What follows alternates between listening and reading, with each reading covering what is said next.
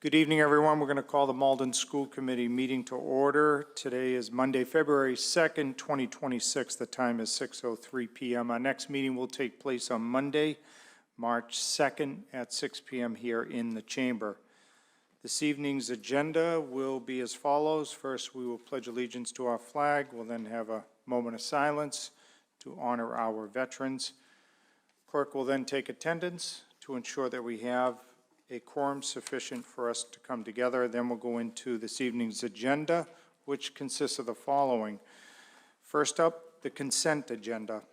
There are two items there. First is the regular session minutes from January 12th, 2026, followed by the January 2026 warrants. From there, we'll drop down to public comment. This will be an opportunity for members of the public to address the school committee. We only ask that you state your name and address for the record.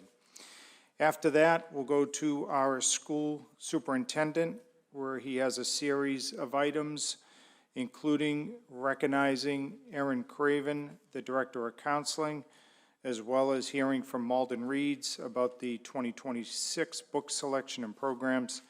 And then there will be an update on the superintendent's goals, which include district strategy for improvement, special education program review, and the fiscal year 27 budget preview.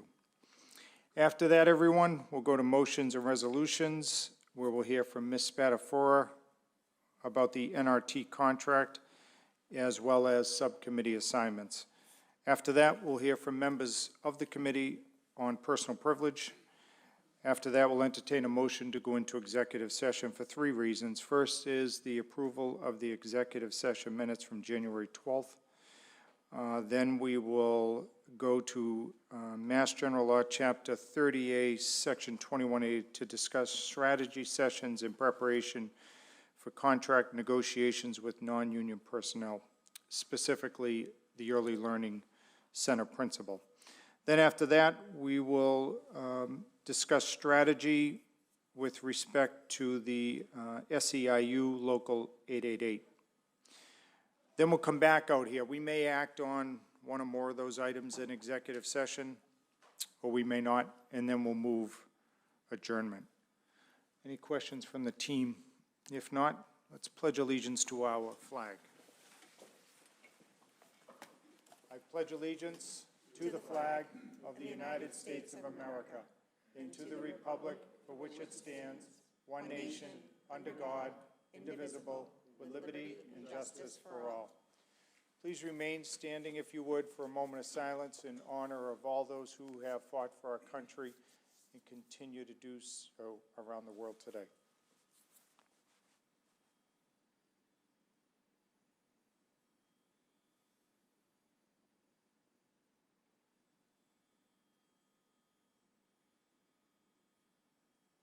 Thank you. Okay, now we're going to take attendance. Mayor Christensen? Here. Mr. Drummy? Here. Mr. McCarthy? Here. Ms. Spatafora? Here. Ms. Macklin? Here. Ms. Horty? Here. Mr. Piazza? Here. Mr. Bernard? Here. Mr. Rose-Iberg? Superintendent Sippel? Here. So we have a quorum sufficient to allow us to gather. Let's get into this agenda. First up, the approval of the January 12th, 2026 regular session minutes. Motion by Mr. Drummy, seconded by Mr. McCarthy. Any questions, queries, qualms? Hearing none, all those in favor say aye. Aye. Anybody opposed? The ayes have it. That carries unanimously. Next up, January 2026 warrants. Motion by Ms. Spatafora, seconded by Mr. Drummy. Any questions there, everyone? Hearing none. All those in favor say aye. Aye. Anybody opposed? The ayes have it. That carries unanimously. All right, everyone, we're at public comment now. This is an opportunity for members of the public to address the school committee. We only ask that you state your name and address for the record. Public comment is now open. Anybody online? No.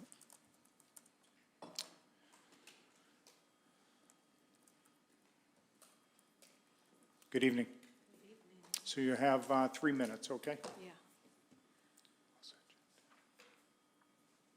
Okay, so hi, Dr. Liz Tanak-Banwa, 31 Grace Street. Good evening, school committee members. First, I want to thank the mayor for being a patron of the arts and supporting Malden's young thespians over the weekend. I was pleased to see our local leaders recognizing up-and-coming talent. My daughter loves theater because she loves language and expression, and that is precisely why I continue to urge all of you to act on the harmful practice that our 7th graders are experiencing. Once again, I am here to bring up the inequities that persist by forcing entire classes to use AI without parental consent, and while other English classes are allowed to have more engaging and rigorous work. I was told recently that a family engagement night on this topic will be announced soon. I have a few recommendations for a more authentic experience. 1, inform families about what data will be shared at this event ahead of time. 2, have the format of the event be genuine and open. Do not force caregivers to take out their phones to use QR codes. Families have told me over and over how insulted they feel that they set time aside to engage on a topic, yet they must remain muted and be talked at. Malden can do better than this. 3, please present balanced information about the pros and cons of using Course Mojo. Families do not want to see district leaders act like corporate salespeople while feigning to care about readers of all abilities.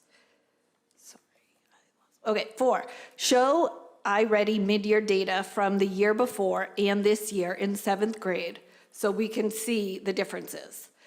Regarding the student survey that district leaders mentioned would take place in December, every 7th grader I've asked has not seen it.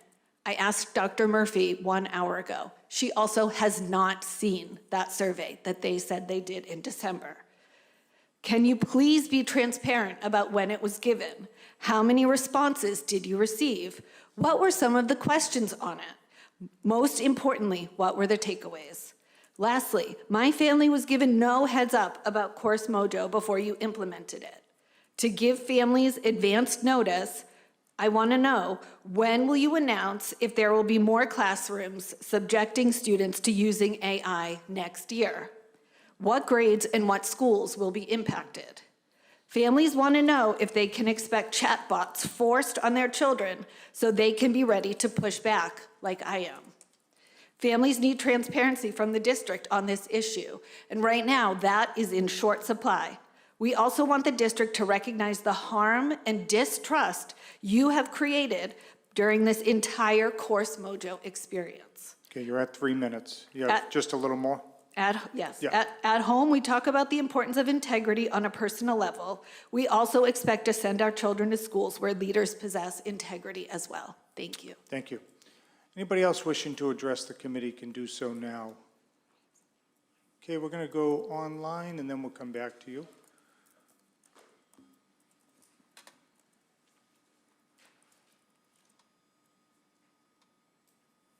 Hi, Caitlin. I have allowed you to unmute yourself. You can go ahead and participate in public comment. Great, thank you. Appreciate the opportunity to comment.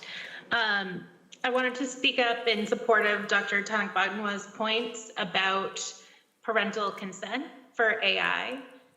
We, as parents, want our schools to, consider new technologies, but I think it's really important, especially with AI and how predatory the companies behind these technologies are, that parents are given adequate notice and opportunity to opt out when new technologies are being piloted. And I would also echo a call to actually consider it a pilot and consider data to see whether it is working and not just continue to implement it.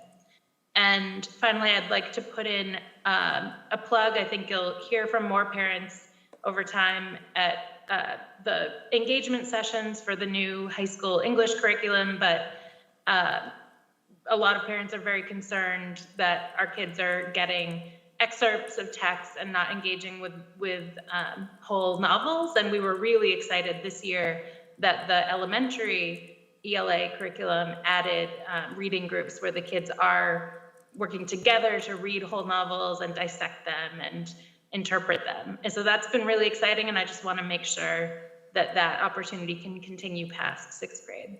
Thank you. Thank you. Back to the live audience. Anybody wishing to address the school committee can do so now. Anybody else online? Just a reminder for those that are participating via Microsoft Teams, if you would like to participate in public comment, please use the raise hand feature. Okay, we're going to end public comment, and now let's go to our school superintendent.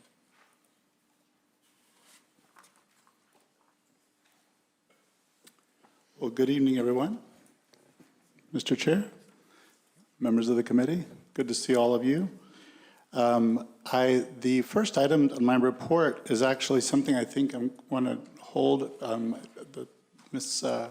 Craven was not able to join us tonight, and so Next meeting. would like to hold it till the next meeting because Erin Craven, for those of you know, she's the director of school counseling for our district, and she was named the Administrator of the Year for the state of Massachusetts, for the entire Commonwealth. And it's a tremendous honor. She's going to be recognized in a virtual ceremony, I believe, later this week, and then in a live ceremony at their annual conference in March.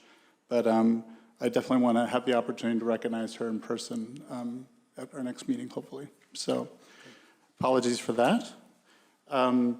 We have some esteemed guests in the audience, and that namely would be the team from Malden Reads. And Linda Zalk, Jody Zalk, if you would approach the podium, please. Or Jody, that's fine.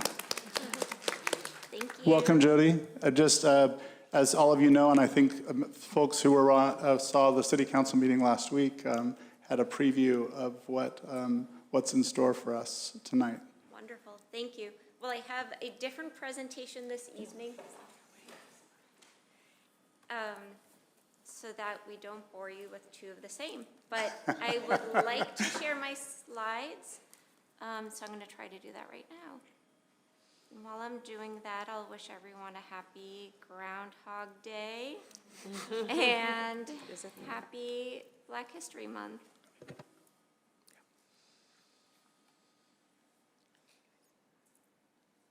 Great. And also happy Sweet 16 to Malden Reads.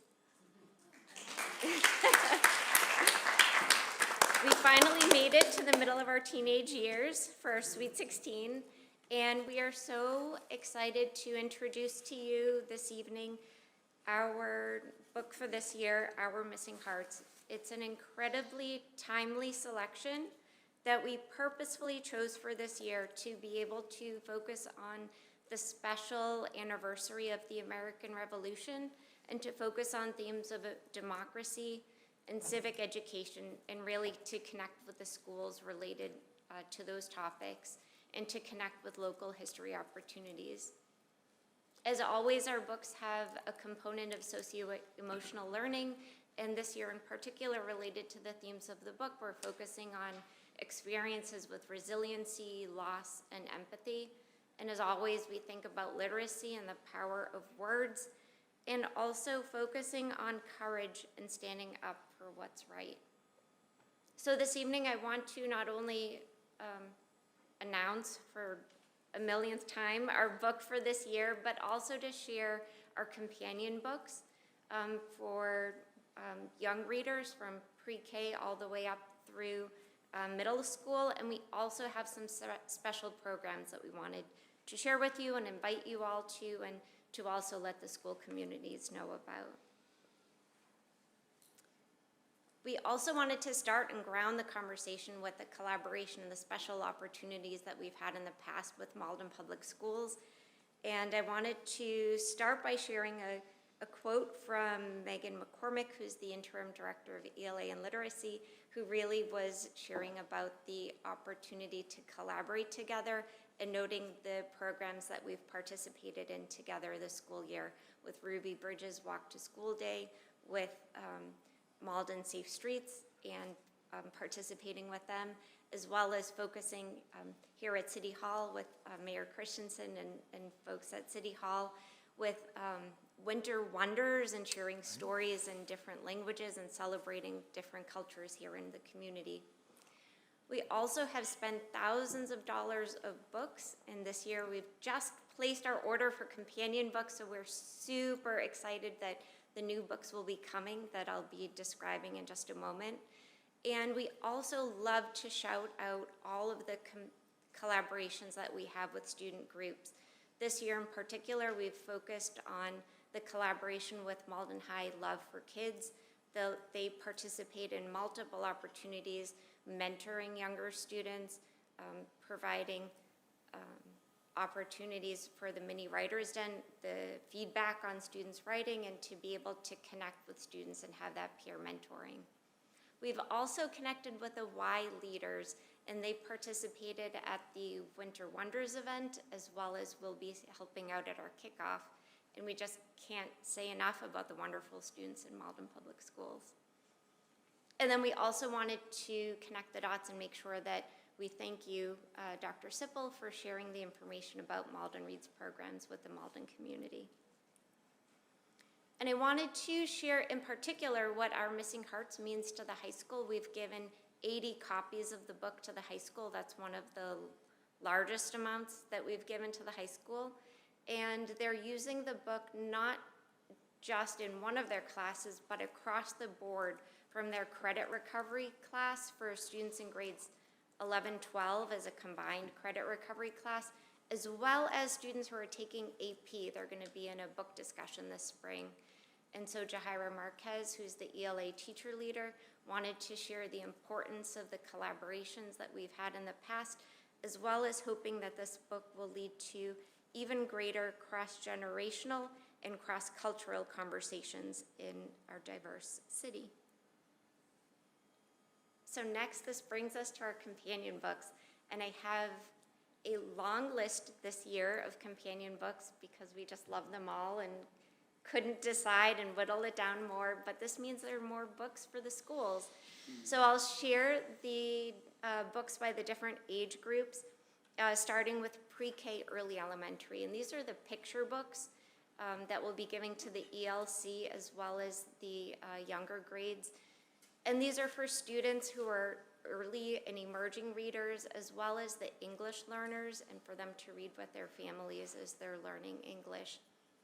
One of my favorites here is LeBron James, who not only is a basketball star, but also is an author, and he has a book called I Promise, which connects the dots between the responsibilities that one has in a community. So similar to the Constitution and Bill of Rights, young students will be able to learn their responsibilities in I Promise. We have other books, including the book by Justice Sonia Sotomayor, as well as Amanda Gorman.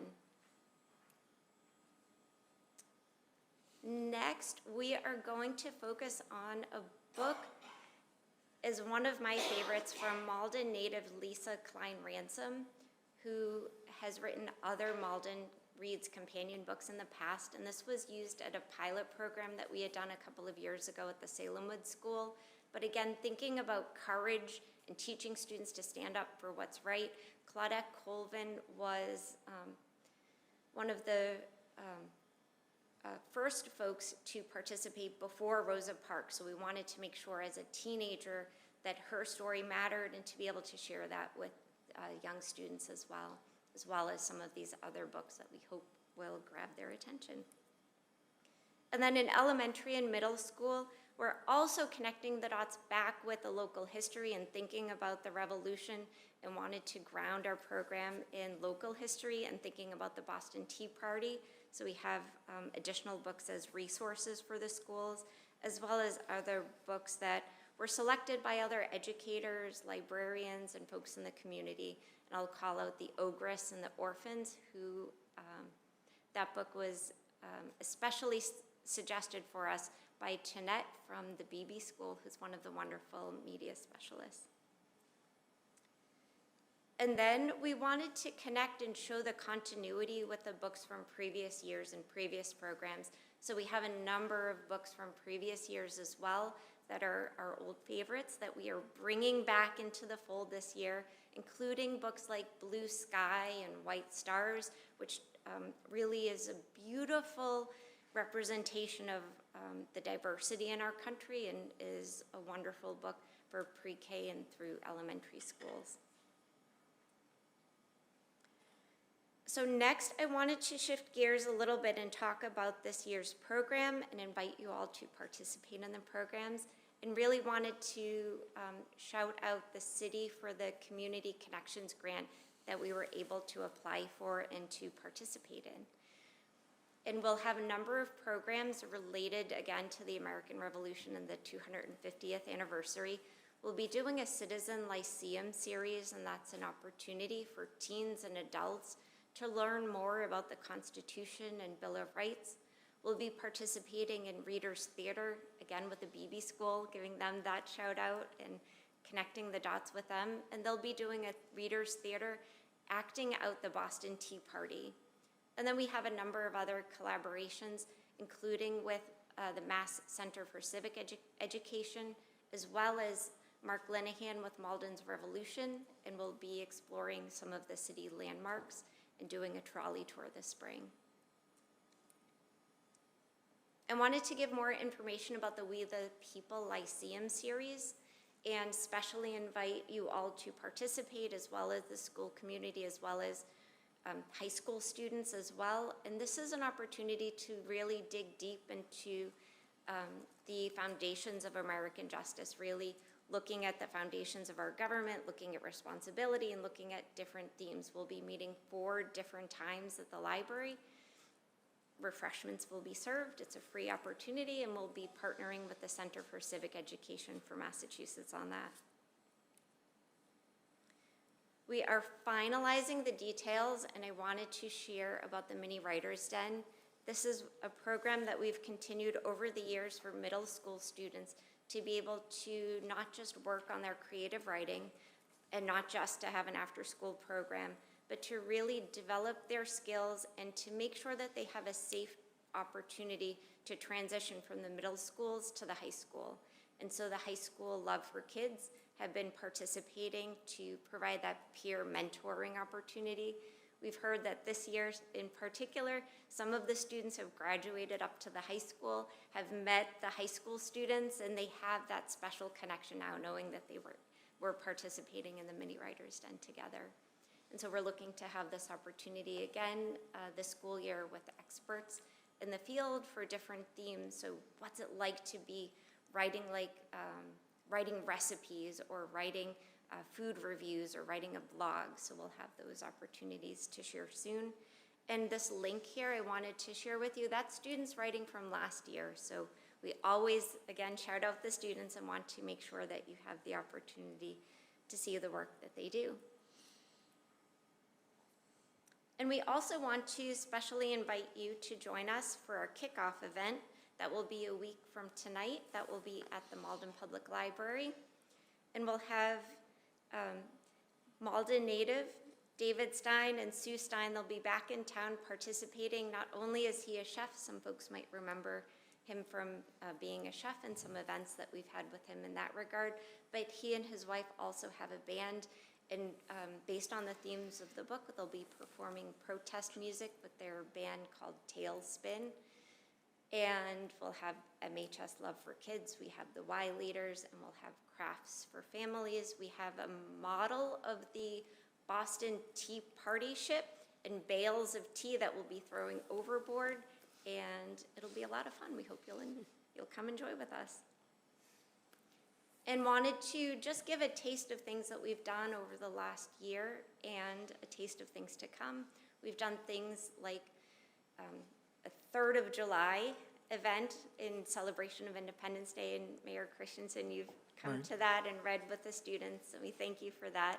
We've also had, as I mentioned, the Ruby Bridges Walk to School Day. We've celebrated Indigenous Peoples Day and Juneteenth in collaboration with other nonprofits in the community. and participated with Winter Wonders and Stone Soup with the Bread of Life. We participate with many different community groups and nonprofits, and really value all of the connections across our community. And we invite everybody to participate this year. We ask if anybody is interested in hosting an event, we'd love to partner up.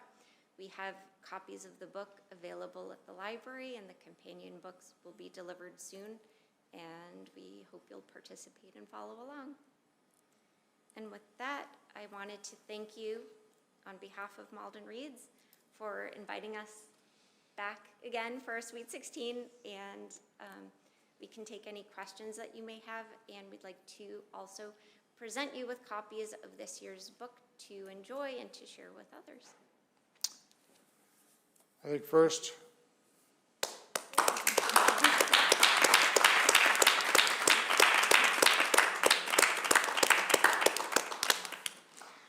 let's take some questions. Let's go to Ms. Horty first.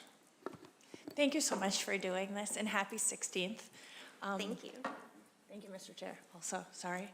I had a question for you about the We the People Lyceum. I saw that there's 4 evenings, and I wondered if they were individual or if you needed to attend all of them to get, like, is there a thread or? There will be a thread, and we're looking for folks to make that commitment to participate in all of them. But if you can only make one, then we'd love to have you for that one. Great, thank you. Thanks. We've also had Roger DeRoe, he has been the civic person for the state, that's part of the whole country, and he has done 4 or 5 different lyceums in Malden for Yeah. us.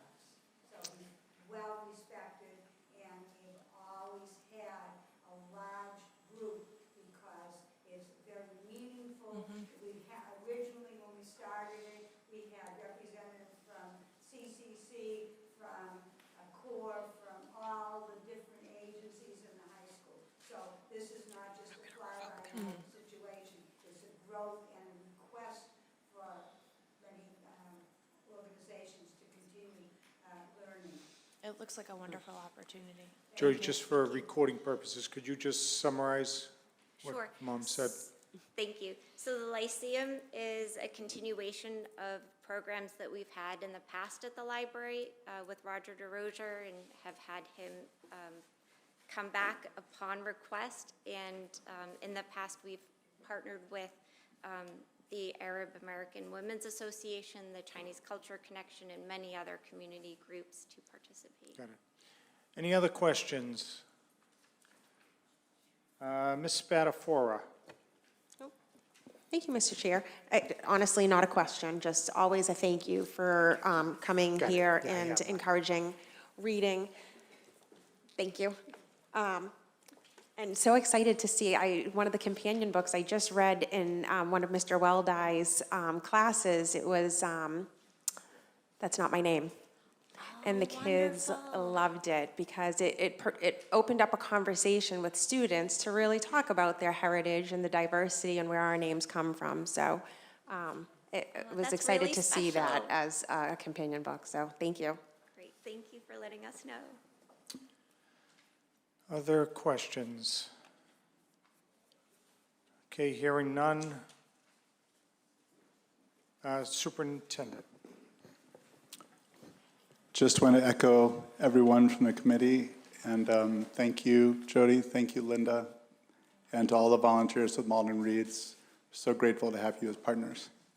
I'm looking forward to next Monday. Great. Thank you so much, Dr. Sippel. Okay, thank you. Thank you. All right. So now we'll go to our school superintendent for his update. So before I get into everything that was on deck tonight, I wanted to take the opportunity to introduce formally to all of you and to the public our new principal of the Early Learning Center, Mr. Alex Rock. Mr. Rock joined us last summer as interim principal after beloved former principal, Tamara Lawrence, left us to pursue some endeavors in another district. And he stepped in on an interim basis, knowing that there will be a competitive search process for a permanent principal later in the year. And he applied along with others, and he was very successful in that process. And from what I hear, the caregivers, the staff at the Early Learning Center are and the students are very grateful and excited to have him as their permanent principal. So I wanted to give him just a chance to speak to all of you, just to have a face with his name once more. So, Mr. Rock, congratulations. Thank you.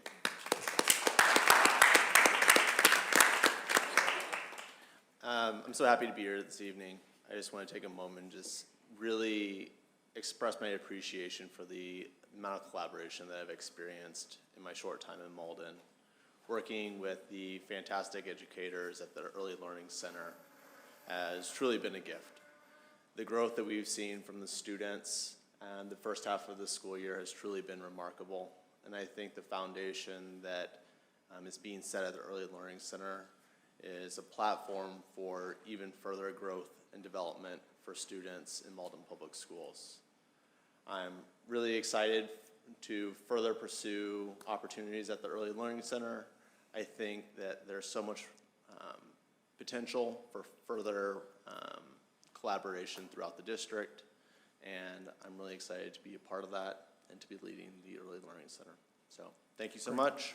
I'm very proud to be in Malden Public Schools and to be one of the principals within the school system. Thank you. Very good, thank you. Any questions?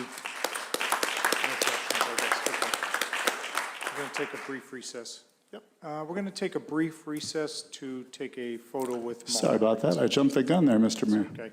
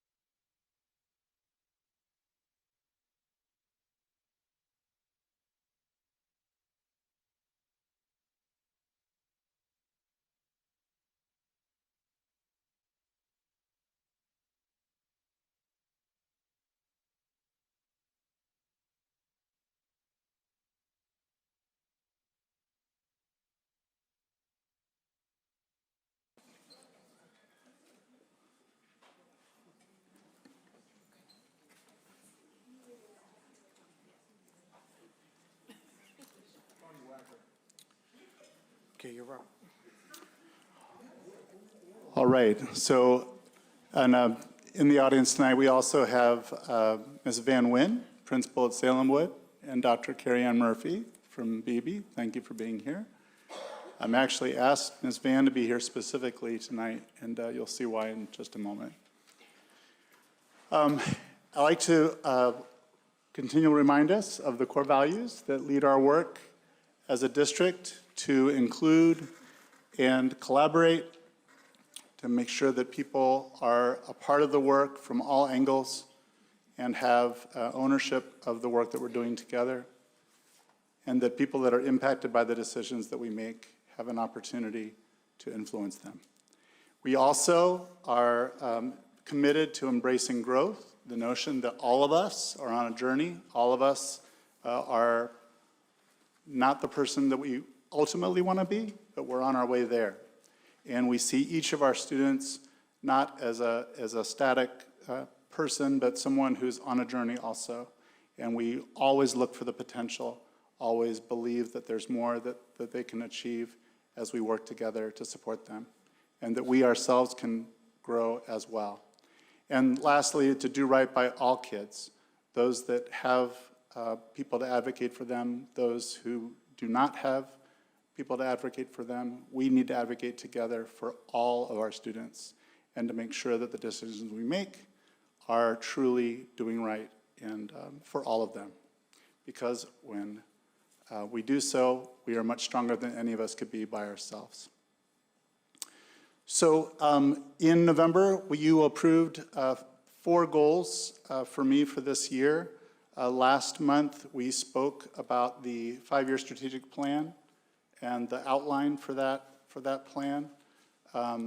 Tonight, we're going to talk about 2 other goals: the strategy for improvement that we've been in the process of implementing, and then, which is our student learning goal, and then the special ed program review, an update on the special ed program review.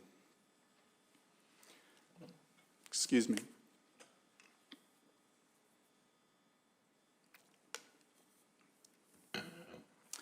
So goal 2, implementing the strategy for improvement. This has to do with how we're improving achievement for all of our students in literacy, math, and science, and with 2 specific key actions in view. 1, school-based cycles of observation, calibration, data analysis, and action planning that I'll speak about in a moment, because that's a lot of words. And then the implementation of formative teacher coaching by every school leadership team, including the principal, house and assistant principals, and teacher leaders or coaches. And just want to note again that this formative teacher coaching is distinct from our formal evaluation system that we're more familiar with. And actually, let me go back just for a moment. I just want to remind everyone that strategy or that instructional priority that we're after this year is to really 2 things. 1 is to see that our students, day in, day out, in every classroom, are doing more of the heavy lifting in their classes. That they're the ones doing the thinking, they're the ones doing the debating, they're the ones who are really wrestling with ideas and showing that they're growing intellectually and academically, and not just listening and receiving knowledge, which has its place, but we want to see them actively doing that heavy lifting. And then the other is to see that our students who have more diverse needs, particularly this year in literacy, but not only literacy, that they are having opportunities to receive differentiated support and catch up to their peers. So this cycle of instructional leadership, I just want to try to unpack this a little bit because sometimes these words can be a little hard to follow. But basically, we have coaches in all of our buildings. Typically, one focuses more, and specifically at K-8, we do have a math coach at the high school, and we do have some district-wide coaches that focus on math, literacy, and science. But at each of our K-8 buildings, we also have building-based coaches who support work with literacy and with math.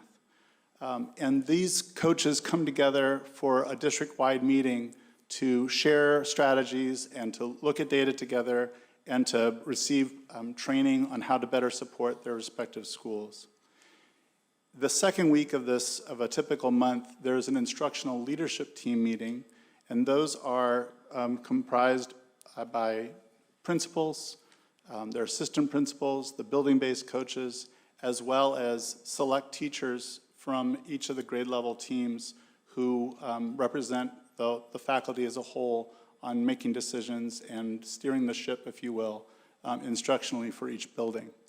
And that is also supported by an instructional meeting that our principals come to with our directors here, usually here at City Hall, on a monthly basis to, again, look at data, to calibrate around looking at watching lessons, videos of lessons, to make sure that we have a shared understanding of what heavy lifting actually means and how to support it. The third week, that school leadership meeting, those are primarily the principals and their assistant principals, just checking in about how the work's going, and that's supported by an operational meeting that we have on a monthly basis, again with all of the principals. And then the principals have a faculty meeting with all of their teachers, and we have a Malden leadership team meeting, which involves every assistant principal, every principal, all of our directors, all of our special education leadership come together on a monthly basis to, again, focus on these same elements of work, of making sure that we have a shared understanding of what heavy lifting is and how do we support our teachers in getting it done. Throughout the month, we have all of these individuals that are around that outside of those arrows are involved in observing instruction, not in evaluating teachers, but in observing instruction and giving feedback using our Common Look For tool that we spent a lot of time as a district developing last year. We also have something called Lesson Study, which is a way for teachers to really be more versed and more deeply established in what specific objectives are that they're getting at in whatever they're teaching, and making sure that the language objectives and the other underlying needs that our students may have to reach those objectives are also understood, and the strategies that are being applied are the optimal ones. Coaching cycles are cycles where selected teachers, often on a voluntary basis, almost always on a voluntary basis, because this is not evaluative, they're working with coaches on observing them and giving them feedback and often demonstrating, doing demonstration lessons in their classrooms to better understand these strategies as well. And often being able to observe a colleague who might be using the same strategy in the same grade level. And then data reviews, we have lots of data that we look at on a regular basis. The DIBELS, the iReady, the iExcel, and all student work samples as well. That's a part of this ongoing work that's happening that teachers are a part of. And how does that all happen? And how is it different from what has happened in the past? Well, one thing that I want to just note is that we have as a part of our contract, and this has been something that's been part of the culture of Malden Public Schools for some time, are professional development days. But we have really spent a lot of time to listen to feedback from teachers and to work collaboratively between directors and principals and assistant principals to provide as much differentiated support so that third grade teachers get what third grade teachers need, and high school English teachers get what high school English teachers need, and as many different groupings of students, teachers of students with disabilities, they get what they need, and to really make sure that we're using those days, those professional development days, as effectively as possible. And then something new this year that we've done, we did a lot of work, especially at Cades, but also at the high school this year, to begin embedding professional development blocks, or PD blocks, within the workday. And this is separate and in addition to the teacher's contractual prep period. So they have their prep period, which is their time to use to prepare their lessons and to work with whomever they choose. The PD block is a time that we provide coverage for them so they can work with their literacy coach, so they can work with an assistant principal, so they can work as a team specifically on lesson study and developing their lessons to meet their students' needs. Data reviews are a part of that. And those trends that are being observed through those non-evaluative observations and the trends that are coming up in lesson study, those are supported through faculty-wide meetings at each school. Behind the scenes, We all know what principals and assistant principals do. We have an idea of what they do, and they do a lot of those things as far as making sure our students are safe, making sure that lunch happens without a hitch every day, making sure that students have the support that they need when they're having a rough time. But what our principals and assistant principals have really done an amazing job at this year, even more so than they have in the past, is to really also lean into instruction. And they are present in those PD blocks, and they are by teams. So we have assistant principals working with K-2 teachers, working with 3 through 5 teachers, working with middle school teachers, and assistant principals or house principals and teacher leaders working with teams of teachers at the high school as well to really share the load and share the work of helping to improve instruction and make sure that our students are having a real productive and enjoyable time in their classes each day. And our Assistant Superintendent for Teaching and Learning, Komal Basin, and the academic directors, they are in all of it, constantly supporting principals, constantly supporting the assistant principals and the directors to really make sure that they have the support that they need to push things forward. And I will share at our next meeting, I can share some data from our teachers that they have really responded positively to all of this work. I have something I want to share with you tonight, and that is a little snapshot of one team at one of our schools, specifically the first grade team at the Salemwood School.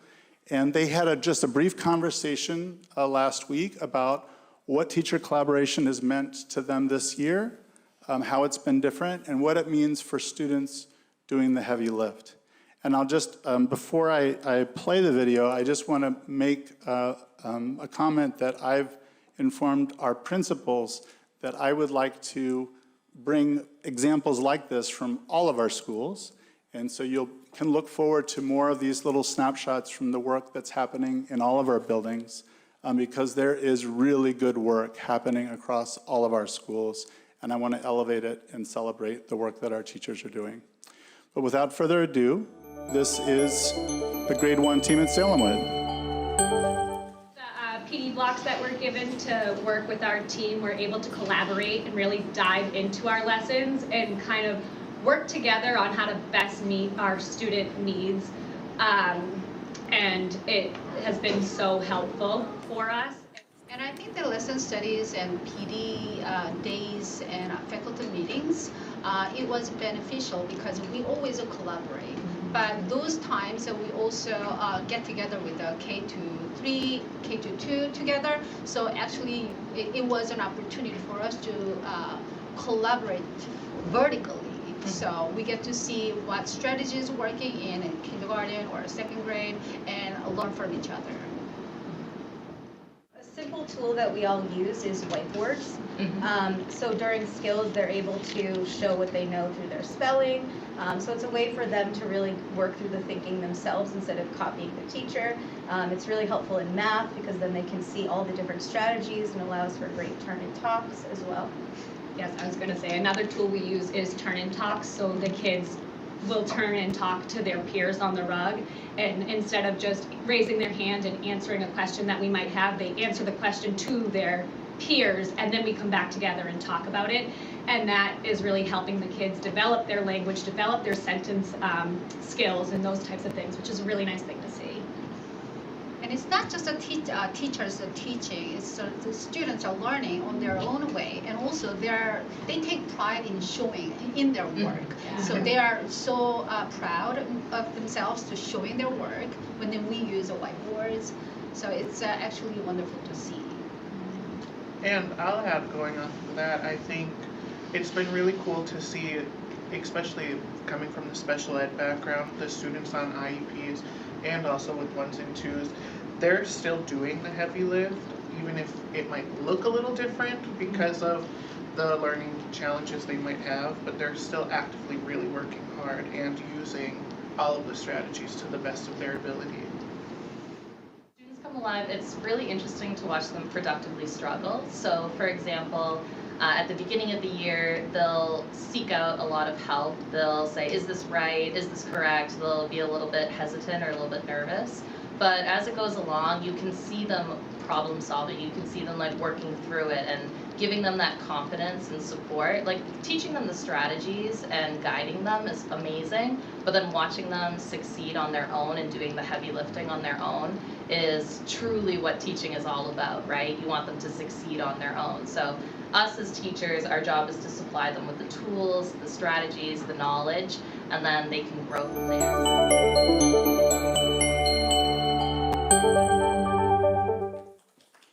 All right. And kudos to Ms. Van, because it's her team, and she's going to be on hand to answer a couple of questions if anyone has them. So question is it working? Because I think whenever you start a new strategy, there's always an eagerness to want to see, okay, but is it working? Are we seeing signs that in the data that it's actually working? It's really early to see what those signs might be, but there are some promising signs. And at Salem Wood in particular, with that grade 1 team, they had higher than average growth in literacy via the DIBELS testing than they've had in years past. At Salem Wood also across grades, students have shown meaningful growth in math versus via IXL. And there are lots of examples of individual students who have made more than a year's growth in 4 months. And we were able to celebrate a lot of those students across schools at our PD Day in January. Also across the district, K-5 students have had the highest mid-year results in the last 3 years in DIBELS. They had above average progress from fall to mid-year, also in DIBELS, which is an early literacy assessment. Grades 4 through 8 students improved from fall to mid-year in iReady. And then in grades 5, 7, and 8, and also students with disabilities in grades 4 through 8, they've shown significant improvement relative to mid-year testing last year in iReady. And then in math, again, it's very early, but in grades 2 through 4 and in grades 5 through 7, students have shown significant growth in their math performance via IXL testing. And so we're going to be watching this data and our teachers through all of those structures that I was talking about a few minutes ago. And just like those teachers articulated in the video, they're looking at this data constantly and making adjustments to what they do so that they can serve their students better and see even greater growth. So that's just an update on what's happening as far as Goal 2 is concerned and this district strategy for improvement. And before I go on to the next one, I just wanted to pause and see if there are any questions. Questions from the team. Ms. Horty. Thank you, Mr. Chair. I know you said this, Dr. Sipple, but I have to ask. It is really, really early, but I just had a couple questions about 2 of the metrics you had on here for math. When you say meaningful growth via the IXL testing, are we talking, can you just give me a rough number or idea? Are we talking about kids? What are you qualifying meaningful growth as? So this is not and I'll invite Assistant Superintendent Bassine to chime in if I don't do a good job. But the way to define meaningful growth is not so much whether the students are already at grade level standard, vis-a-vis where they were earlier in the year, but whether they've made progress towards that standard. Okay. And so, because all about embracing growth, a lot of it is about really making sure that students, wherever their starting place was, have made growth towards where we want them to get. And in 3 or 4 months, it's really, really a short time frame. Oh, it's phenomenal. I'm just looking for a little bit 2%. firmer. So greater than 2% Okay. is between fall and winter is considered meaningful. Okay. And when we say in the third bullet under district-wide, when we say students in grade 4 to 8 have improved from fall to mid-year, is that roughly the same-ish percentage-wise, or is that different? I'm sorry, could you repeat that? So in the third bullet, under where it says literacy, students in grade 4 to 8 improved from fall to mid-year. What do we mean by improved? So that there, sometimes on iReady, we test the students in the fall, we test the students mid-year, and we don't see any significant change. Okay. And so the students improve from fall to spring to the mid-year. It means that in those 3 short months, we've actually seen improvement. So yeah, we're going like this? Correct. Okay, as opposed to more Flat line flat? or, because I will say the thing about iReady, and this is also true in Dibbles, is that the expectations do increase over time. And I want to clarify, I have loose association with my job for IXL and Dibbles, and my understanding is that these tests are also, I can't remember the proper term, but that doesn't matter because I'm going to explain it because maybe you don't know the proper term either. As students are getting questions correct, they're being challenged, Correct. right? So if I'm in 5th grade and I'm answering 5th grade questions correctly, continually, I will then get a 6th grade question. Correct. Right, to see where I stand. Adaptive, I think Thank they you. call it. Yep, yeah. maybe, sure. That's I just okay. wanted to clarify for people that that's the possibility for this too. In other words, if your 4th grade student is doing really well and they stop out at mid-year 4th grade, because that's where they are, right? Mid-year 4th grade, they might throw in a few spring 4th grade questions to see where they'll move, right? That's Yes? true for iReady and also for IXL. Dibbles, though, is a the criterion referenced. It's not an adaptive assessment. It's an actual live assessment that the students do with an instructor. Is this timed reading out loud, Dibbles? Is that a portion of it? There are a lot of different elements to Dibbles in terms of, depending on the age too. There is word recognition, sound recognition, oral reading fluency. There's several different parts. Okay, thank you. Thank you. Over to Mr. Piazza. Thank you so much for the presentation, and it was particularly fun for me to see that video, because I had my daughter's 1st grade, she's in 3rd grade now, but her 1st grade teacher was in there, and anyway, it's just fun, like little look inside the teacher collaboration at the school. So 2 questions. The first question is just about the data that we're seeing here. Of course, we're looking at student data by grade level. I'm curious, and this may be coming later in the presentation, if you have some data disaggregating according to student subgroups. So what I was sharing with you tonight are where we've seen some initial positive.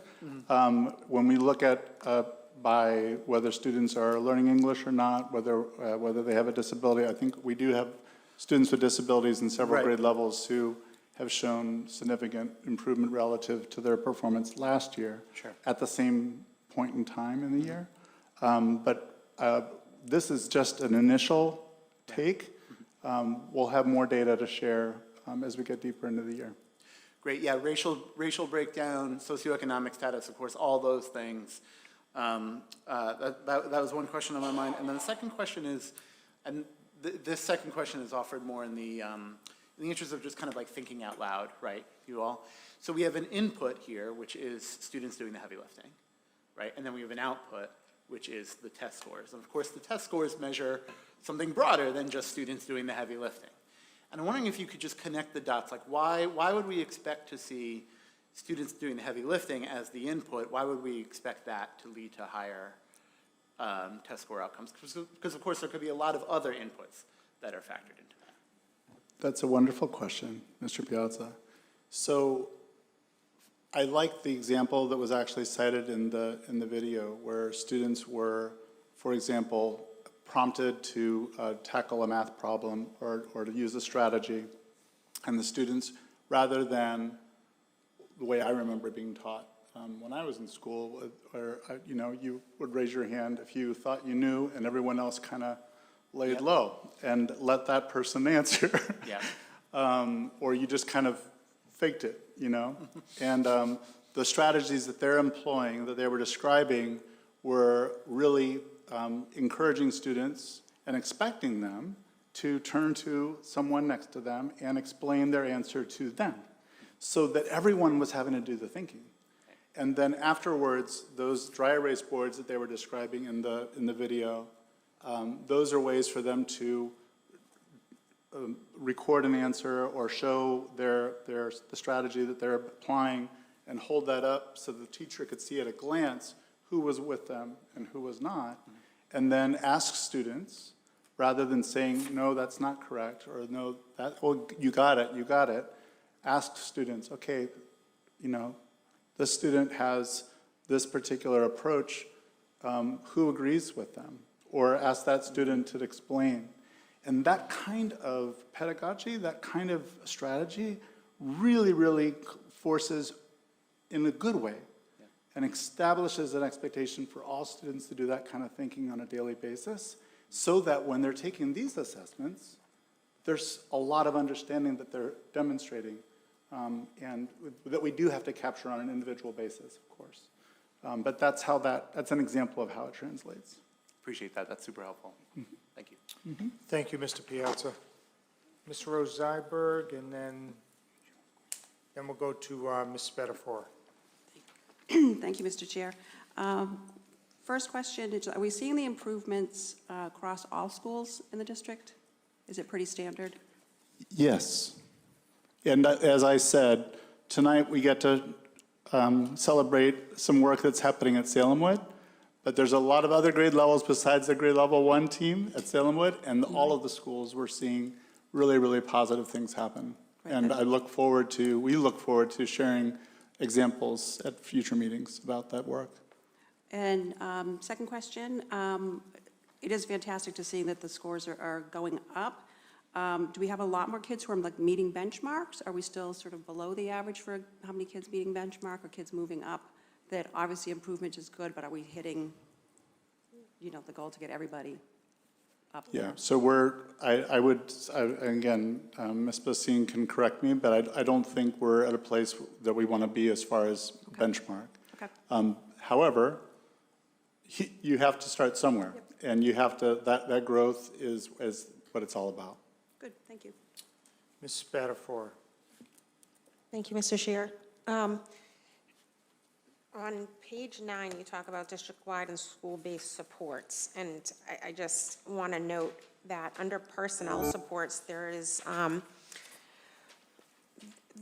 nothing in regards to special education. So when I'm looking at this and I'm seeing how strategy for instructional improvement and looking at my own child, where does the assistant superintendent of special education or special ed program managers come into play when we're talking about co-taught classrooms and differentiating the instruction in the classrooms? Thank you for that question.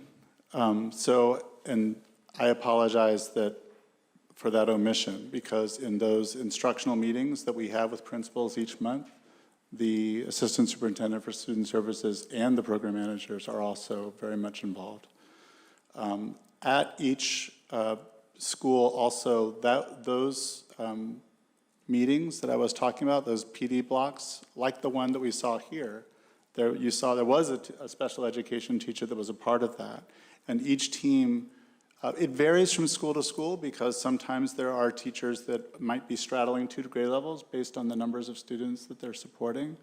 However, those special education teachers and also ESL or multilingual teachers are part of those teams, and they're very much a part of those PD block conversations to make sure that their students with disabilities and also the multilingual learners are, as they said very eloquently in the video, doing heavy lifting as well.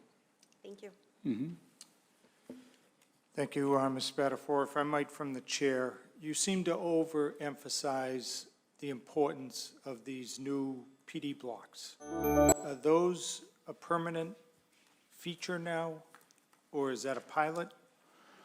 So we were grateful that we were able to work with all of our principals to creatively schedule in each building so that through the exploratory periods and other scheduling miracles, we were able to provide coverage for teachers on, it's not every day, it's not every week. They have their prep every day. And some teachers choose to use preps also to collaborate with one another. But this PD block is built into the schedule in our K-8s in most cases once every other week for about 45 minutes. Okay. And that is something that we've been able to do that hasn't cost anything extra. It's with our existing staff. Did it have to be negotiated, or is it? What the agreement we had was that we would not touch teachers' preps. Got it. That any collaboration that we did that was facilitated by administration would not interfere with teachers having their regular daily prep, which is something that we've had contractually for some time, and we've been able to do that. And again, I'll bring data to you from the teachers at the next meeting, just that echoes the comments made by the grade 1 team in the video. The teachers are really finding this collaboration and the consistency of it very, very helpful. Got it. All right, thank you.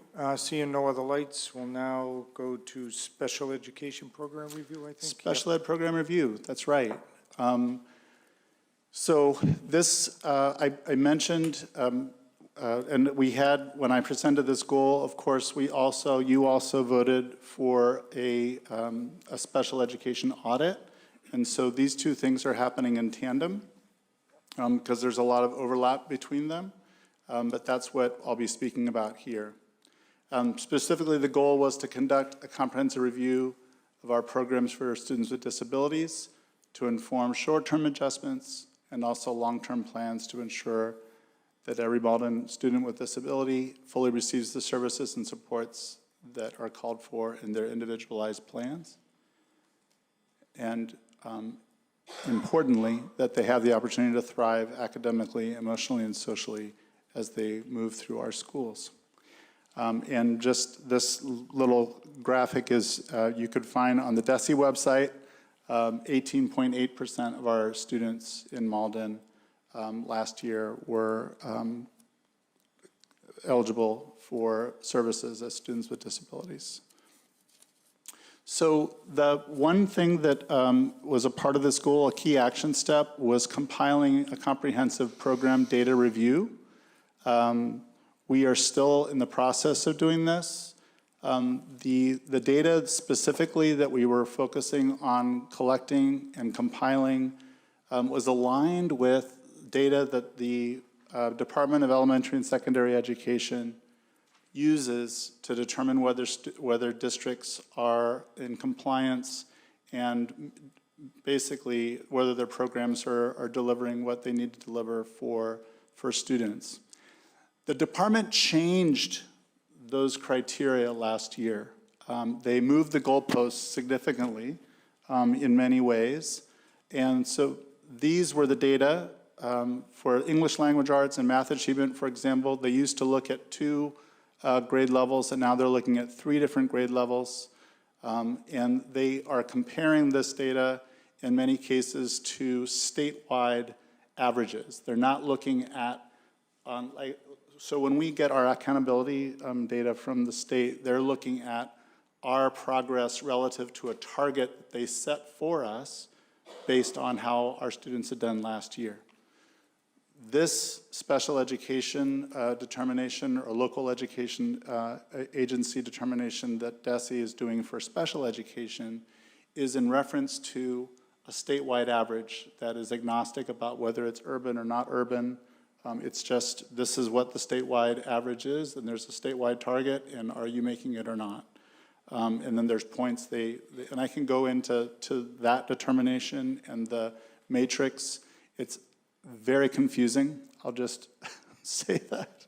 But we're trying really hard to understand it because we want to make sure that we are holding ourselves to the same standard and expectations that DESE is, and that we don't have surprises when they come out with our determination for this coming spring. Last year, with this new criteria, these new metrics that they adopted, they did find Malden Public Schools, along with 44 other districts across the state, as a year one needs improvement district for our special ed program. And that was one of the reasons why I wanted this as a goal, because I wanted to have a really solid understanding of what the state was expecting of us and what we should be expecting of our students, and have also some external eyes on what those improvement needs might be. So we have compiled thus far, these are data, I will say one more thing, and that is that DESE is looking at data in many cases that it's a year old. So they're looking at data for, when they gave us our determination last spring, they were looking at data from 2024. And in the case of the graduation rates, they're looking at data from 2023. And so for this year, as we move into the spring of 2026, they're going to be looking at the achievement data from last year's MCAS, from 2025. And they're going to be looking at the dropout rate or the attendance, the graduation rates from 2024.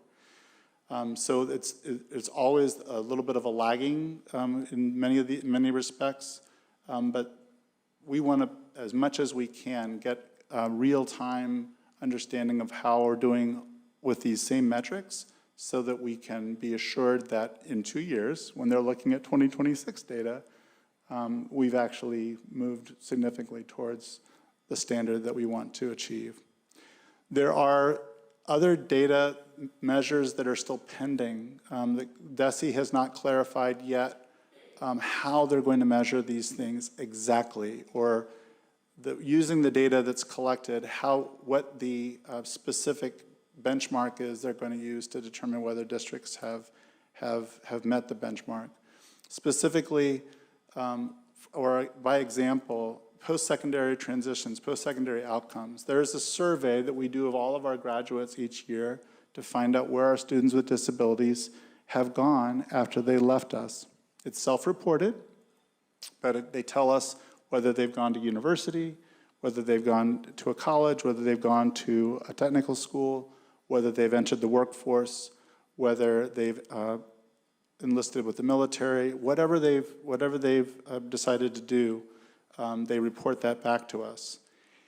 The indication is that right now, the expectation has just been that we conduct that survey and that you get a certain percentage of students to respond. And that's fine, but as we've talked about with the strategic plan, we're interested in seeing the percentage of students who are really meaningfully engaged after graduation is what we want.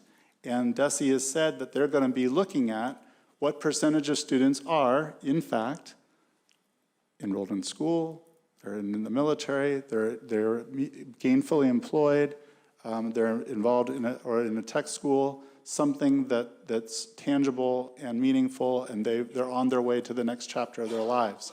And we don't yet know what those percentages are, what those metrics are. And so these things at the bottom have to do with those metrics in particular. So let me go to the next slide here, and that is that in addition to collecting data, the most important part of this program review involves collaborative visioning and planning with school principals, but also other district leaders that will include meaningful input from stakeholders, including our special educators, general educators, CPAC, which is our Parent Advisory Council for Special Education, other parents and caregivers, and you all as well as members of the school committee. We solicited proposals from organizations that assist districts in this kind of work. We are excited to work with a group called Empower Ed. They have worked with Boston, they worked with Springfield, they are currently working with Somerville, many other urban districts in Massachusetts, but also across the country. And there are 4 buckets of work that I just want to highlight tonight that are going to be really important to this program review. One is community engagement. And so there are focus groups that they will be doing with CPAC members as well as other caregivers. There'll be focus groups with staff across the district by role. So special educators, general educators, education support professionals, principals, as well as other school administrators. And then there'll be a survey, because a lot of folks will not be able to be a part of one of those focus groups for a variety of reasons. And so stakeholder survey will be really important to get as much voice and as much input into the process as possible. We'll also have a visitor from Empower Ed who will be making snapshot observations in special and general education classrooms across all of our schools. Those observations will not be more than 5 minutes in length. They're not evaluative, but their goal is to get into as many classrooms as possible and determine patterns and themes they see across substantially separate classes, across general education classes, across the district. And we expect that those observations will be happening at the end of February. And then 2 other parts have to do with data analysis and document review. The overall demographic data of the district, you'll see a lot of overlap between the data that we were talking about just a moment ago, as far as data for students with disabilities, their demographics. So we're looking at all aspects of students, how they show up, and the different groups that they are a part of. Their placement, the level of service, the time and frequency of service that they are to receive based on their individualized plans, and the percentage of time in general education, whether they are in fact in their LRE or least restrictive environment. We'll be looking at out-of-district placement data, summative and formative achievement data for multiple years, and then staffing and resource allocation as well. And then as far as document review, really understanding, making sure that they, with this outside lens, they're looking at our general education reading and math interventions, our special education reading and math interventions, how our intervention process, our systems of support and referral processes work, our special education handbooks, policies, procedures, and our plan, and then the special education teacher and paraprofessional schedules and caseloads, and understanding how that aligns with our resource allocation as well. And I'm going to stop there because that's a lot. Okay. And I do want to just note that our assistant superintendent for student services, Pam McDonald, there was a personal circumstance today that she was unable to be with us tonight, but she has been very, very involved and engaged. And she and I actually met with the leader from Empower Ed just on Friday morning. So she's been very, very much involved in this entire process. But I'll yield to any questions. Questions from the team? Ms. Macklin. Thank you, Mr. Chair. Thank you for the presentation. I was just curious, when in the spring will DESE request the most current data? And I ask that because I'm also wanting to, curious if we can receive the data that you just compiled, just so we can do the comparison. Yeah, most of that data that I was referring to is data that is publicly available from 2024. So for example, looking at, I guess the clarification I would make is they look at our 4th grade, 8th grade, and 10th grade MCAS results, and then they look at those same grade levels for mathematics, but then they compare them relative to a statewide target, and it's on the basis of the comparison with the statewide target that they assign a score, if you will, for each of those areas to the district. And that's something also that's publicly available, but I will certainly provide it to you.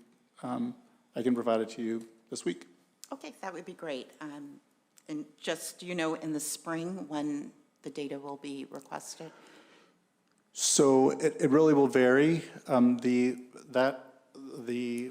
Again, the student achievement data that we anticipate will be used again will be the student achievement data from fall of 2025. Right. I'm sorry, spring of 2025. So March, April, May from last year. And to some extent, we think that the way they assign these scores are in comparison with other districts who may have not met standard either. And again, it's a new system that they started last year, and everyone in the state is still trying to better understand it. But so most of the data that we anticipate they'll be looking at will be things that are publicly reported, and much of it was reported last year, but now we'll be looking at it. The data that we have currently will be data that would be indicative of where we might be as far as the state's concerned next year, if that makes any sense at all, because of the delay. It does. I mean, it does make sense, and I'm not so much interested in how we compare to other districts, but just how we're doing as a district is what my concern is. So yes, if you can send that data along, share with me an email, that would be awesome. The data is, we report it through our SIMS platform, we report it through other accountability and compliance measures, and then they take that data and compile it and apply it to this matrix that they've developed. Thank you. Yeah. And just one final thing. I'm just curious if we're presenting pathways for the SPED students prior to graduation. What are we doing? Because I know if they're looking at, are they going to university, college, or military? How are we preparing? What is our role in that? We have a legally very important role, which is starting at age 14 under IDEA. Every student with disability has a transition plan that's embedded within their individualized education plan. And so that team, when they meet on at least an annual basis to review their progress, starting at age 14, they're talking about what's going to come next and talking specifically about what opportunities they might need to begin availing themselves of and what supports they might need to make sure that they're preparing themselves for what those next steps might be. And so that transition plan, I believe it's in this here. So where it talks about post-secondary transitions, one of the metrics that they do collect from our data systems, not something we have to report specifically, is whether students in fact have a transition plan as a part of their IEP. And so that's a very, very important part that's embedded within our special education program. And so that would apply for the students with the IEP. How about on 504s or just requiring extra support? So we are, as a part of the strategic plan, I think talking about what's called MyCAP, My College Career and Academic Plan, which is a statewide structure that we have for thinking about the future and helping students to be more thoughtful, more intentional about preparing for what's going to come later. That's something that Ms. Craven, our Director of School Counseling, could speak to eloquently also. So that is something for all students, but what we're speaking about tonight is specifically for students with disabilities. Understood. Thank you. Yeah. Thank you, Ms. Macklin. We're going to go to Ms. Horty, then over to Mr. Piazza, and then we'll end with Ms. Spatafor. Thank you, Mr. Chair. If I may for 1 second, Dr. Sipp will answer Ms. Macklin's question. I do know, Ms. Macklin, that the 10th graders at the high school within the last month have been receiving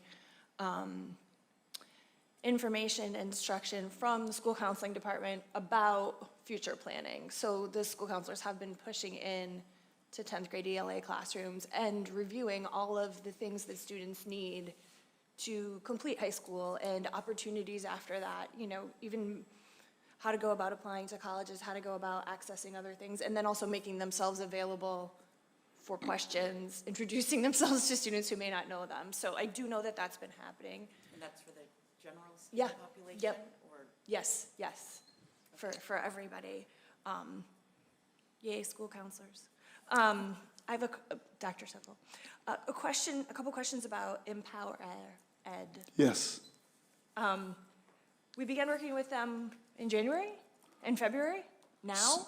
Just with the request for proposals was issued in December. Mm-hmm. And they were awarded the contract, if you will, just 2 weeks ago. Okay. Yeah. But they knew that the timeline that we had established was to have the results from an audit before the April meeting. And so the timeline is quite ambitious. Mm-hmm. But they knew that going in. And so that's where there'll be a lot of activity to compile the data and talk with stakeholders over the next 8 weeks to achieve that. So that's kind of what I was looking to ask more about, was their timeline, and also at the end of, well, what is their timeline? When are they done with us? What's the final product? Are we looking at recommendations from them? Are they with us for 6 months? We're gonna talk money later, but how much? You know, all of these sorts of things related to our relationship with them. Any sort of parameters would be helpful.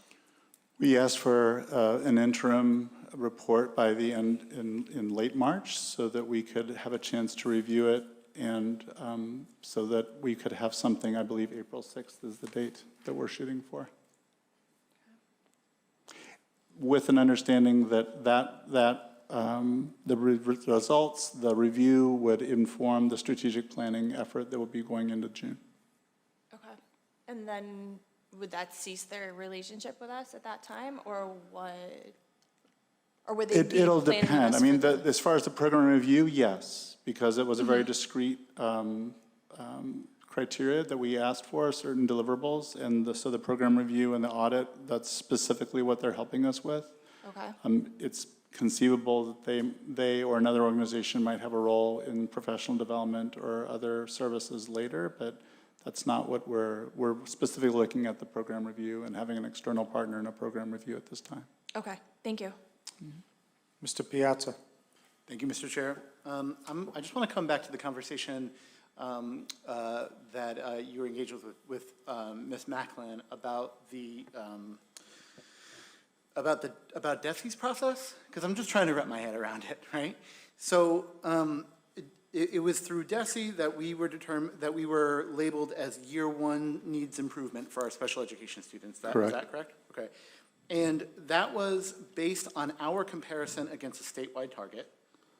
Several statewide targets. Several statewide targets, but for example, one of those would be MCAS reading grade 4. Correct. Right. And then the other data points that were on, I think it's slide 14. And if I was hearing your earlier, if I was hearing the presentation correctly, it sounds like it's a uniform statewide target, obviously according to grade level, and that target will change each year depending on what the statewide average is. That's my understanding. And so the reason I'm kind of like pursuing this line of questioning is, go ahead. Just to clarify, so the statewide average for students with disabilities in that grade level, right, in sure. that content area. Sure. The reason I'm pursuing this line of questioning is because I want to make sure that the results that we get in Malden are useful for Malden, right? And by definition, if the state is using a singular statewide average, if it's a normal distribution of that average, 50% of the districts will be below, 50% will be above. We could change and improve in Malden, but That's not what the state is evaluating us on. Where they're evaluating us according to our improvement relative to every other district. Is that correct?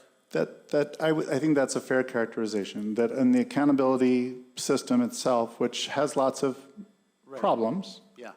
and, but it's very well intended, and one well-intended portion of it is that you are given a target relative to where you are today and where they think you should stretch to achieve for that particular grade level next year. That there's a target, like a scale score, Right. that they want to see that average scale score, you stretch to meet that scale score next year. But it's relative to you, relative to your school, relative to your district. And this is not like that. This is a target which is established more arbitrarily, if you will, for students with disabilities across the district. And so that it doesn't take growth into account to the same degree. Right. So theoretically, Malden could make progress with its Malden's students on IEPs could make progress every year, and if that progress is, and if the state as a whole makes progress, then we might still be in year one needs improvement based on the overall statewide average. Yes, and again, these are things that I need, this is new. Right. It's new, and so there would year one, and then there's year two. Right, okay. And again, we're not alone. We're in conversation with districts across the state who are also trying to understand the new system. Okay. And we'll have more information soon. Appreciate that, thank you. Ms. Spatafor. Thank you, Mr. Chair. And I think we keep on all going back to Ms. Macklin because that was a really great question you had, and I wanted to chime in as well because it's so important. I'm only speaking from my own personal experience, but I know that the reason why I asked for an audit is because my experience isn't everybody else's experience. But I am happy to say that since my own student turned 14, he is included in those IEP meetings where they're talking about what do you envision life after graduation looks like for you, looking at making sure we're on track credit-wise to meet graduation, and just having those conversations with the counselors on what parents are envisioning, what the students are envisioning.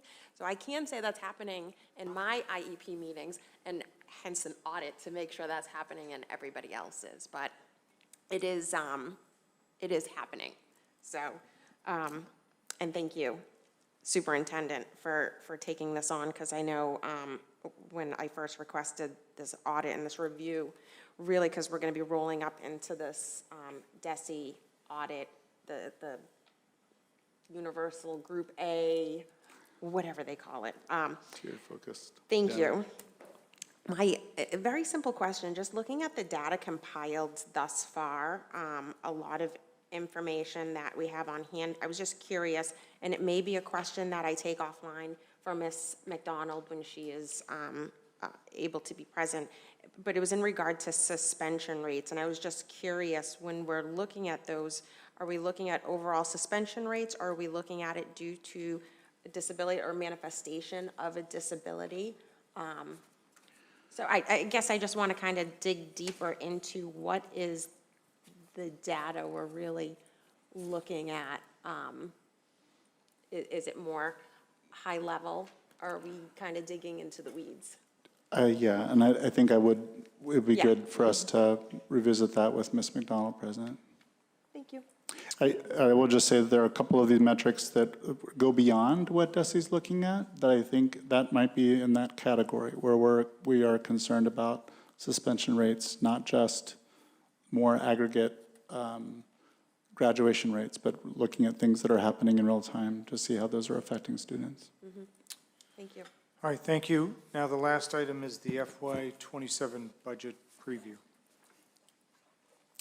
And for this next portion, we'll be brief, I promise, but I'm going to invite our Director of Finance and Operations, Tony Mertz, to come and walk through these next few pieces of information, which are very important and important to everything else we've talked about tonight.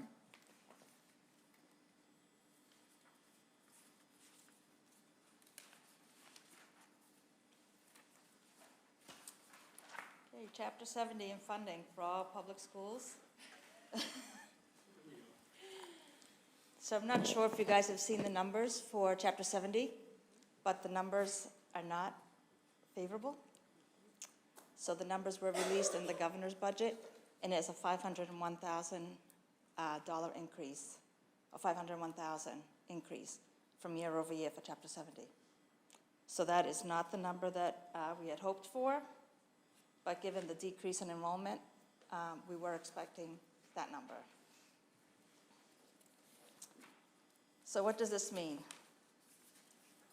It means we have some work ahead of us in trying to get a balanced budget, obviously from the city side and from us to come up with what we are required to spend for net school spending. It's going to be a fairly tight year for sure as we start looking through all of our numbers. As you guys can see, the foundation budget and what we're required to spend, that there's a little bit of a variance, and that is because in FY25, we came in below net school spending by $1.6 million. So that is added to the current year, or FY27, that we need to make up that amount in our spending. What I can say is that we're not alone. 270 communities out of 351 also received minimum aid, which is just the $75 per student that was given out to other communities. So we are not alone in this fight as we continue to fight to change the funding formula and the way it is today.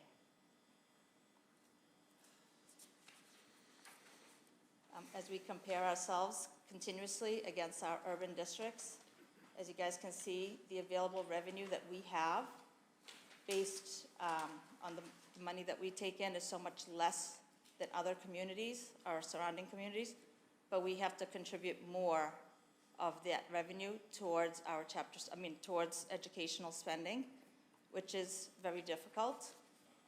And that's why we have continuously pushed to take a look at this funding formula to see if there's a way that we can start making changes. We are in the last year, or FY27 will be the last year of the SOA, so we're hoping to form a working group to look at this funding formula to see if there's an appetite to start looking at making some changes.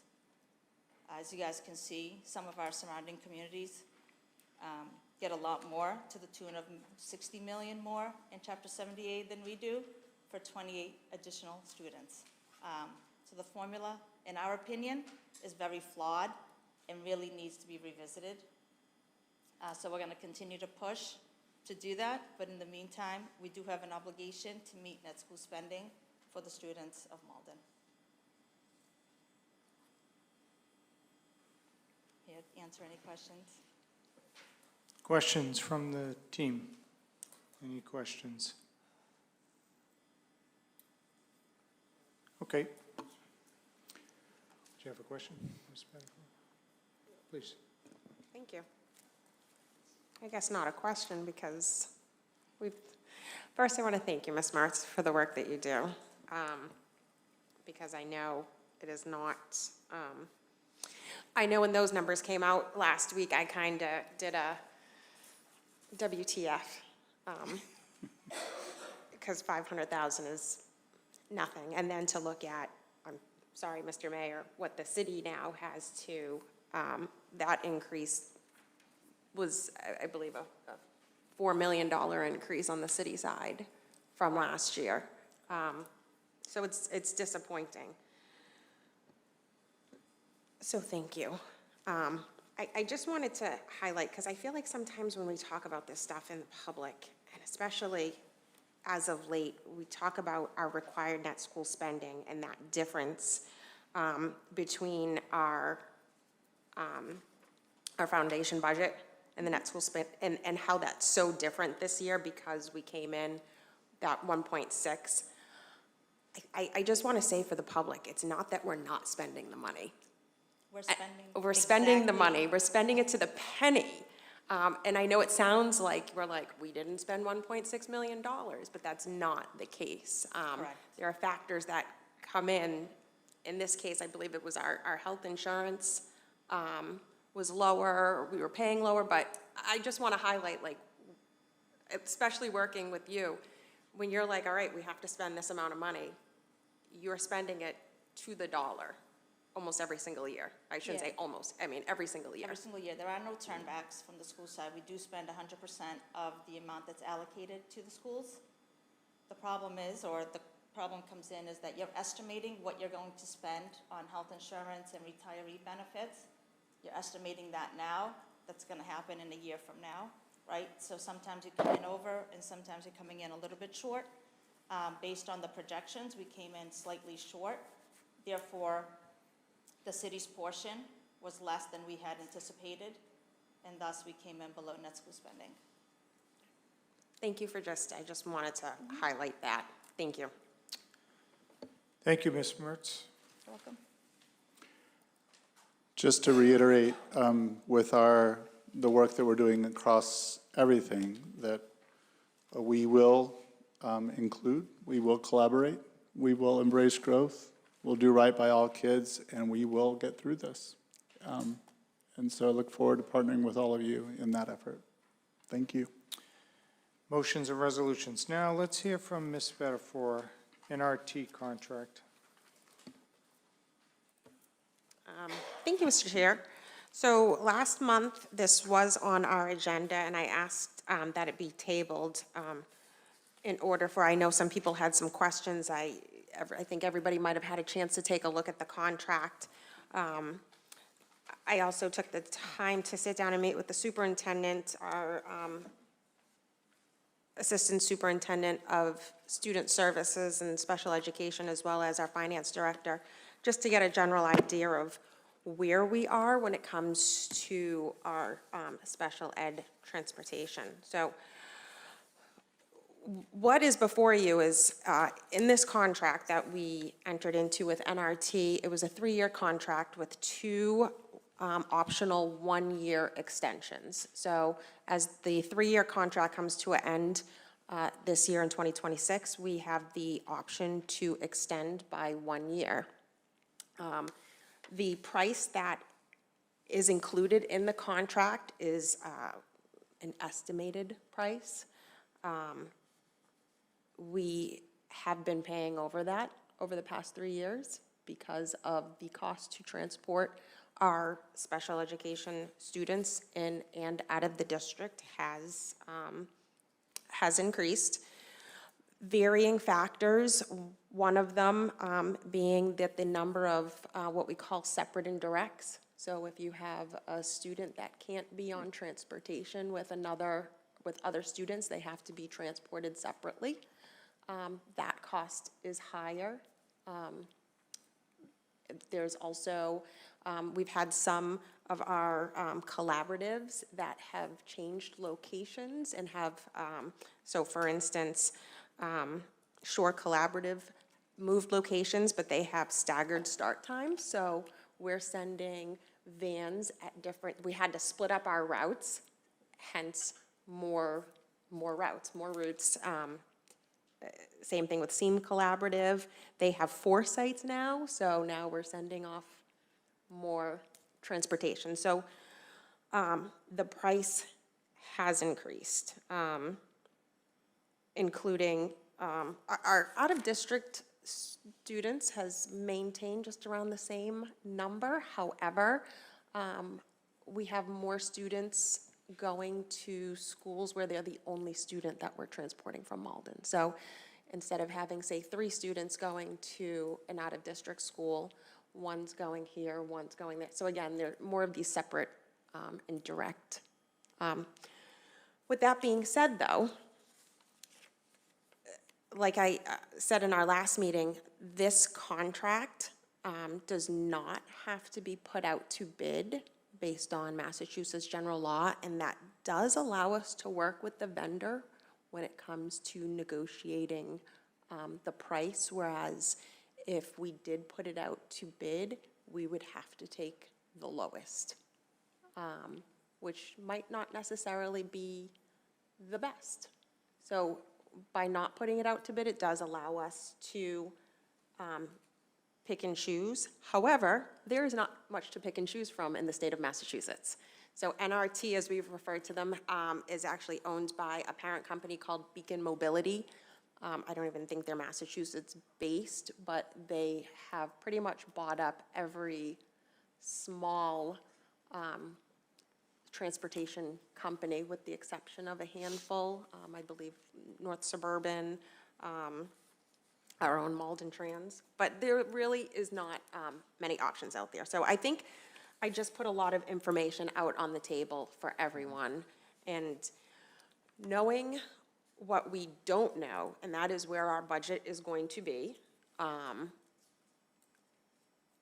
it would be my recommendation that we at least do a 1-year extension to start working with NRT to see if we can work on some of these costs. All right, is there a second? Second, Mr. Bernard. Questions? Mr. Bernard. Thank you, Mr. Chair. I'm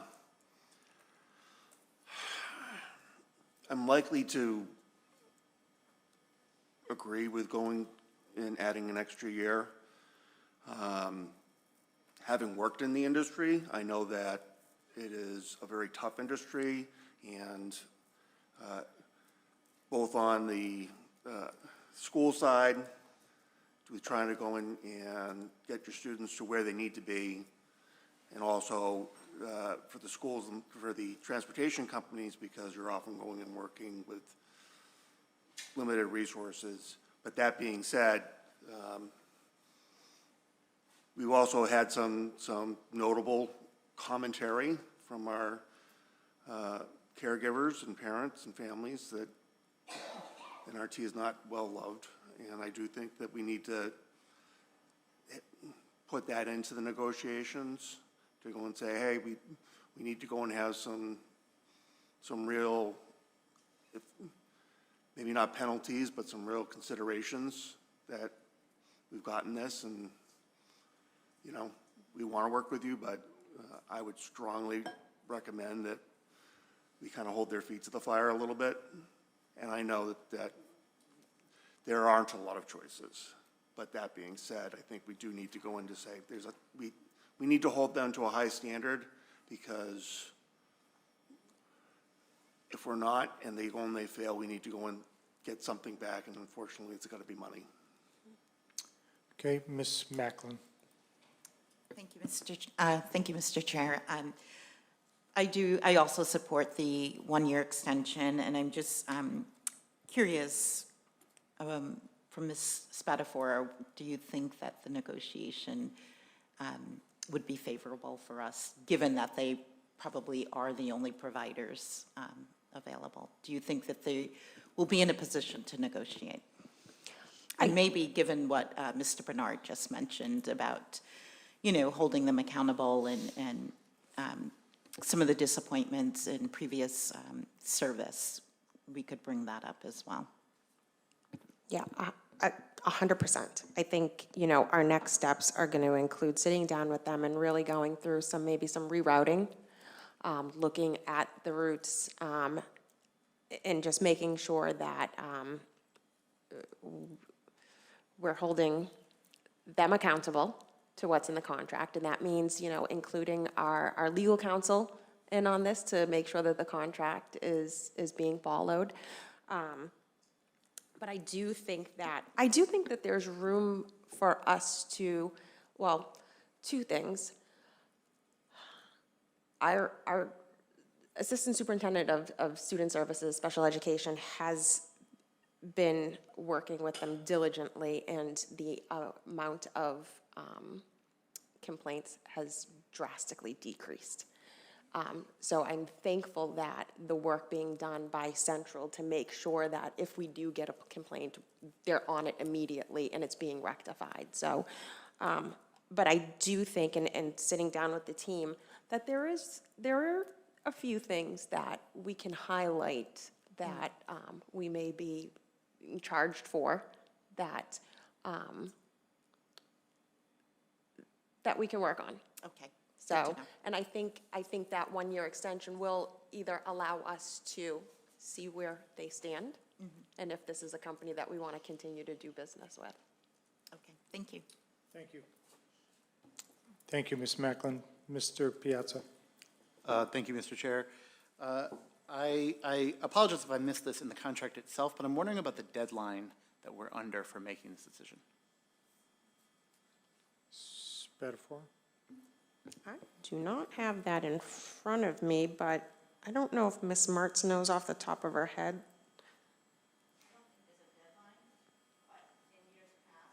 We just have you come to the mic, Ms. Mertz. I don't believe there's a deadline, but in years past, we have voted on it in February, because that would give us time. If we have to put it out to bid, you need to put it out for at least a month, given the size of the contract. And then they would have to reroute it, you know, if you have a new company coming in, when are they gonna come in? It would probably be before July 1st, because your ESY might be starting before July 1st, so there's all of these things that came into play. So we've always done it right around the February meeting when we've had extensions, or put it out to bid, right? I think we put it out to bid maybe 7 years ago, when we left Malden Trans, and at that point, we put it out to bid, and then we've been with NRT since. Got it. That's helpful. Along those lines, I'm wondering, what are the downsides of putting it out to bid? So some of the downsides is that the price could come in double. So when we originally put it out to bid, the company, Malden Trans, had bid almost double of what NRT was. So it was favorable to change vendors. So if that does happen, including the current vendor, could come in a lot higher, and then we can't go back and say, no, we want the price that we originally had, right? So those are some of the risks that you'd get. Right now, this price is less than what the market is at, so we are still in a favorable position, but you do run that chance if you put it out to bid, because you do have to take the lowest bidder. Can I ask a quick follow-up question? I just want to make sure that I'm understanding. Sure. That NRT itself could revise its contract. If we put it out to bid, NRT itself could revise its contract and Absolutely. significantly increase it. Absolutely. Got it. Yes. Thank you. Okay, thank you. All right, let's call the roll. Mr. Drummy? Yes. Mr. McCarthy? Yes. Ms. Spatafora? Yes. Ms. Macklin? Yes. Ms. Horty? Yes. Mr. Piazza? Yes. Mr. Bernard? Yes. Ms. Rose Iberg? Mayor Christensen? Yes, that carries unanimously. Next up, subcommittee assignments. Ms. Spatafora. Thank you, Mr. Chair. So this too was before us last month and was tabled for further discussion. Just to revisit, so the chair puts together the subcommittee assignments for the two-year post-election subcommittees. And in sitting down and working with the chair, there was a few things. There was just some potential changes to the names of subcommittees. One of them being, we called it the Budget Subcommittee, but realized that it does much more than just a budget. It should be called Finance, because it's not just looking at our budget, but just the spending of the district. Policy and Procedure. There's kind of been this weird thing on what do we do? Do we do policy? Do we do procedure? Who handles that? And actually, in speaking with Ms. Rose Iberg, who has been handling policy and procedure for so long, I think that one, being of the committee's judgment, could stay procedure, because it does talk about school committee procedure. So not so much the procedure that the superintendent is tasked with, you know, the procedure to the policies we set. So that, I would say, could go either way. And then Technology and Student Services. A while back, previous member, Mr. Gray, took on this subcommittee, and it really just encompassed technology Student services kind of falls more in everything we do, in our budget, in our policy, and in technology. So, but the crux of that subcommittee is really technology and what we're doing with it in the district. And then down to our ad hoc subcommittees, there was, years ago, we had an academic subcommittee, and looking at the work that's being done, ELA curriculum in the high school, we thought bringing back a teaching and learning, it kind of aligns with our assistant superintendent of teaching and learning and the work that's being done. And then the dissolution, or did I say that right? Yeah, of some ad hoc committees that weren't doing work any longer. And I don't want to say superintendent evaluation is not doing work, but that is something that the chair thought it would be best that we actually all do the superintendent's evaluation here on the stage. Kind of aligns with what we've been doing the past couple of years. The calendar subcommittee, it was formed, it never met, and no problems with that. It looks like the calendar would fall under policy because it's kind of where our handbooks go, our student, or not just what's the word I'm looking, I'm drawing a blank. And then equity and opportunity is another ad hoc subcommittee that was created that hasn't met in about 4 years, and when it was a subcommittee, it had only met 4 times. And then liaisons technically don't have to be approved by this subcommittee. It was just more for note, and I just wanted to note Ms. Macklin did say just due to time constraints with her day job that liaising with the sick bank would be difficult for her, so I've taken her off and have added myself as the liaison, so. All right, as always, very well done, Ms. Spatafora. So, motion seconded by Mr. Bernard. Any questions, queries, qualms, concerns of the members? If not, Ms. Macklin, and then we'll go to Ms. Rose Zyberg. Thank you, Mr. Chair. So last month, I was kind of voiced my disappointment about the dissolution of the Equity and Opportunities Subcommittee. And so I was just curious. I know Ms. Spatafora, you said it was created 4 years ago, maybe? Do we know under what circumstances that it was created? It's just, it's hard for me to fathom that the most diverse school district in Massachusetts would not have an Equity and Opportunity standing subcommittee, particularly given the presentation tonight where our superintendent said, I think about 76% of the district are high-need learners. And just equity across the K-8 schools, there have been caretaker complaints about that as well. I just think, for me, I just think it's critical that we have an Equity and Opportunity Committee. But I'd love for you to share with us, if you know, why it was created in the first place, and the reason that we're considering dissolving it, and what umbrella that would fall under if it is dissolved. So it was created in 2019. I wasn't the vice chair back then. I'm not sure who put forth that motion. I will say it was created as an ad hoc committee. Ad hoc subcommittees are created for one reason. Yeah. It did meet for, in total, 5 times. It has not met since 2022. Nobody has sent anything down to it. The chair hasn't called for it. Ms. Macklin, you are on the committee as the vice chair. You haven't called for anything. Therefore,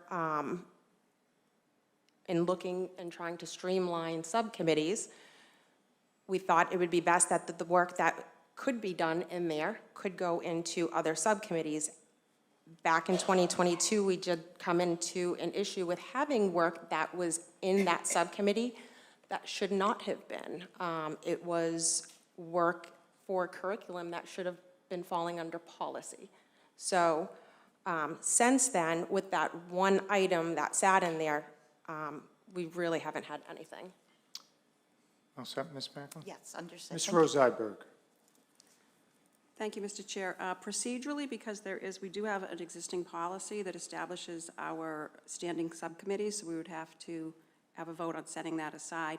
And with the understanding that this would permanently make changes, the other part in addressing Ms. Macklin's concerns, we have our standing subcommittees. Obviously, it's a policy which we can always be looking at and observing and taking into consideration if we need to create another standing subcommittee, that I'd be open to, down the road at a motion to sort of look at what we have going right now and see if we need to reevaluate if there is a standing committee that we might want to add that would address different concerns of the community members and of the school committee. So just saying, but that because it is already, it's specified what the names and responsibilities are, we have a standing policy. Thank you, Ms. Rose Iberg. Anybody else? Just as a point of clarification, so down the road, because it's ad hoc, currently equity and opportunity, that could be added. Down if the it's road, still- yes. Yes, okay, thank you. Thank you, Ms. Macklin. All right, Ms. Spatafor, you had the motion, was seconded by Mr. Bernard. Anything else you want to add? So I just, for a point of clarification, because Ms. Rose Iberg is Chair of Policy, what I would be looking to do this evening is to suspend docket rules, because we are changing the name of these Sure. subcommittees. So I guess the first motion is to suspend docket rules. All right, let's do that. Motion, seconded by Mr. Bernard. Any questions, queries, qualms on that motion?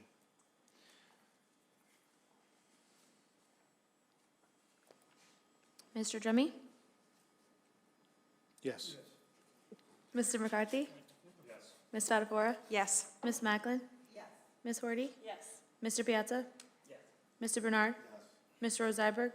Mayor Christensen? Yes, that carries unanimously. Now the original motion, Ms. Spatafora, seconded by Mr. Bernard. Any remaining questions?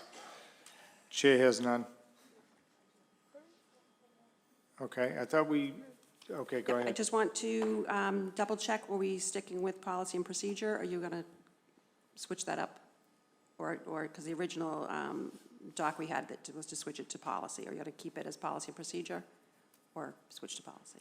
Whatever this says, what's the paper you're referring to? Policy. Yeah, policy. Switch it. Yep. Thank you. All right, anybody else? Let's do this. Mr. Drummy? Mr. McCarthy? Yes. Ms. Spatafora? Yes. Ms. Macklin? Yes. Ms. Horty? Yes. Mr. Piazza? Yes. Mr. Bernard? Yes. Ms. Rose Iberg? Yes. Mayor Christensen? Yes, that carries unanimously. All right, everyone, now let's hear from the members on personal privilege. Left to right, Mr. Drummy. Thank you, Mr. Chairman. Tomorrow night, the Ferryway PTO is having a fundraiser next door at Santa Fe. It's from 3 to 8. All you have to do is mention the Ferryway School and they get a portion. The 10th is the PTO and SSC meetings. That'll be on Zoom. If you go to the Ferryway School PTO website, you'll see the click on to participate. The 19th, and this is just a beginning of it, there is also going to be a fundraiser at Town Line for the Ferryway School PTO. It's going to be all day. They haven't worked out the reats and deets of it yet, but when it becomes available, it'll be up on their website, and I'll put it up on my page too, so you'll know that it's coming. Unfortunately, I missed the talent show because I was in the hospital, but I heard that it was a very good time. I've seen videos. The kids were funny. You looked very relaxed, both of you, even though you declined to be judges. You fourth out. But it was a very good time, and I'm sorry I missed it, but it looked great. And then last but not least, on the 25th of February, the Ferryway is hosting a celebration of Black History Month, and that will be from 6 to 7:30. You can register for a T-shirt. I just don't know where it is. Is it on the school site? Do you know, Miss? I know you sent something out, Superintendent. Yes, it is, just to clarify, it's a district-wide Yes, celebration, it and we're is. grateful that Fairway is hosting it for us. Yes. But so it's on the site, so you can go and to get a T-shirt. They said they were giving away T-shirts. On If you Parent register- Square. On Parent Square, yeah, okay. In Parent Square, yes. And February vacation, the 16th to the 20th. Have fun, parents. My kids are older. Thank you, Mr. Chairman. Thank you. Mr. Piazza. Thank you, Mr. Chair. I am pleased to share a message from Principal Van, who's in attendance with us tonight. She wants to remind us that this week is Counselors Appreciation Week. I'm going to ask everybody to join me in thanking our school social workers at the Salem Wood School, Allison Mahoney, Ryan Durney, Kendra Sampson, and our school counselor Jillian Stewart and Katie Ertle, our social worker intern, for supporting our students, families, and staff. They're a great team of listeners, and we appreciate their expertise and their heart.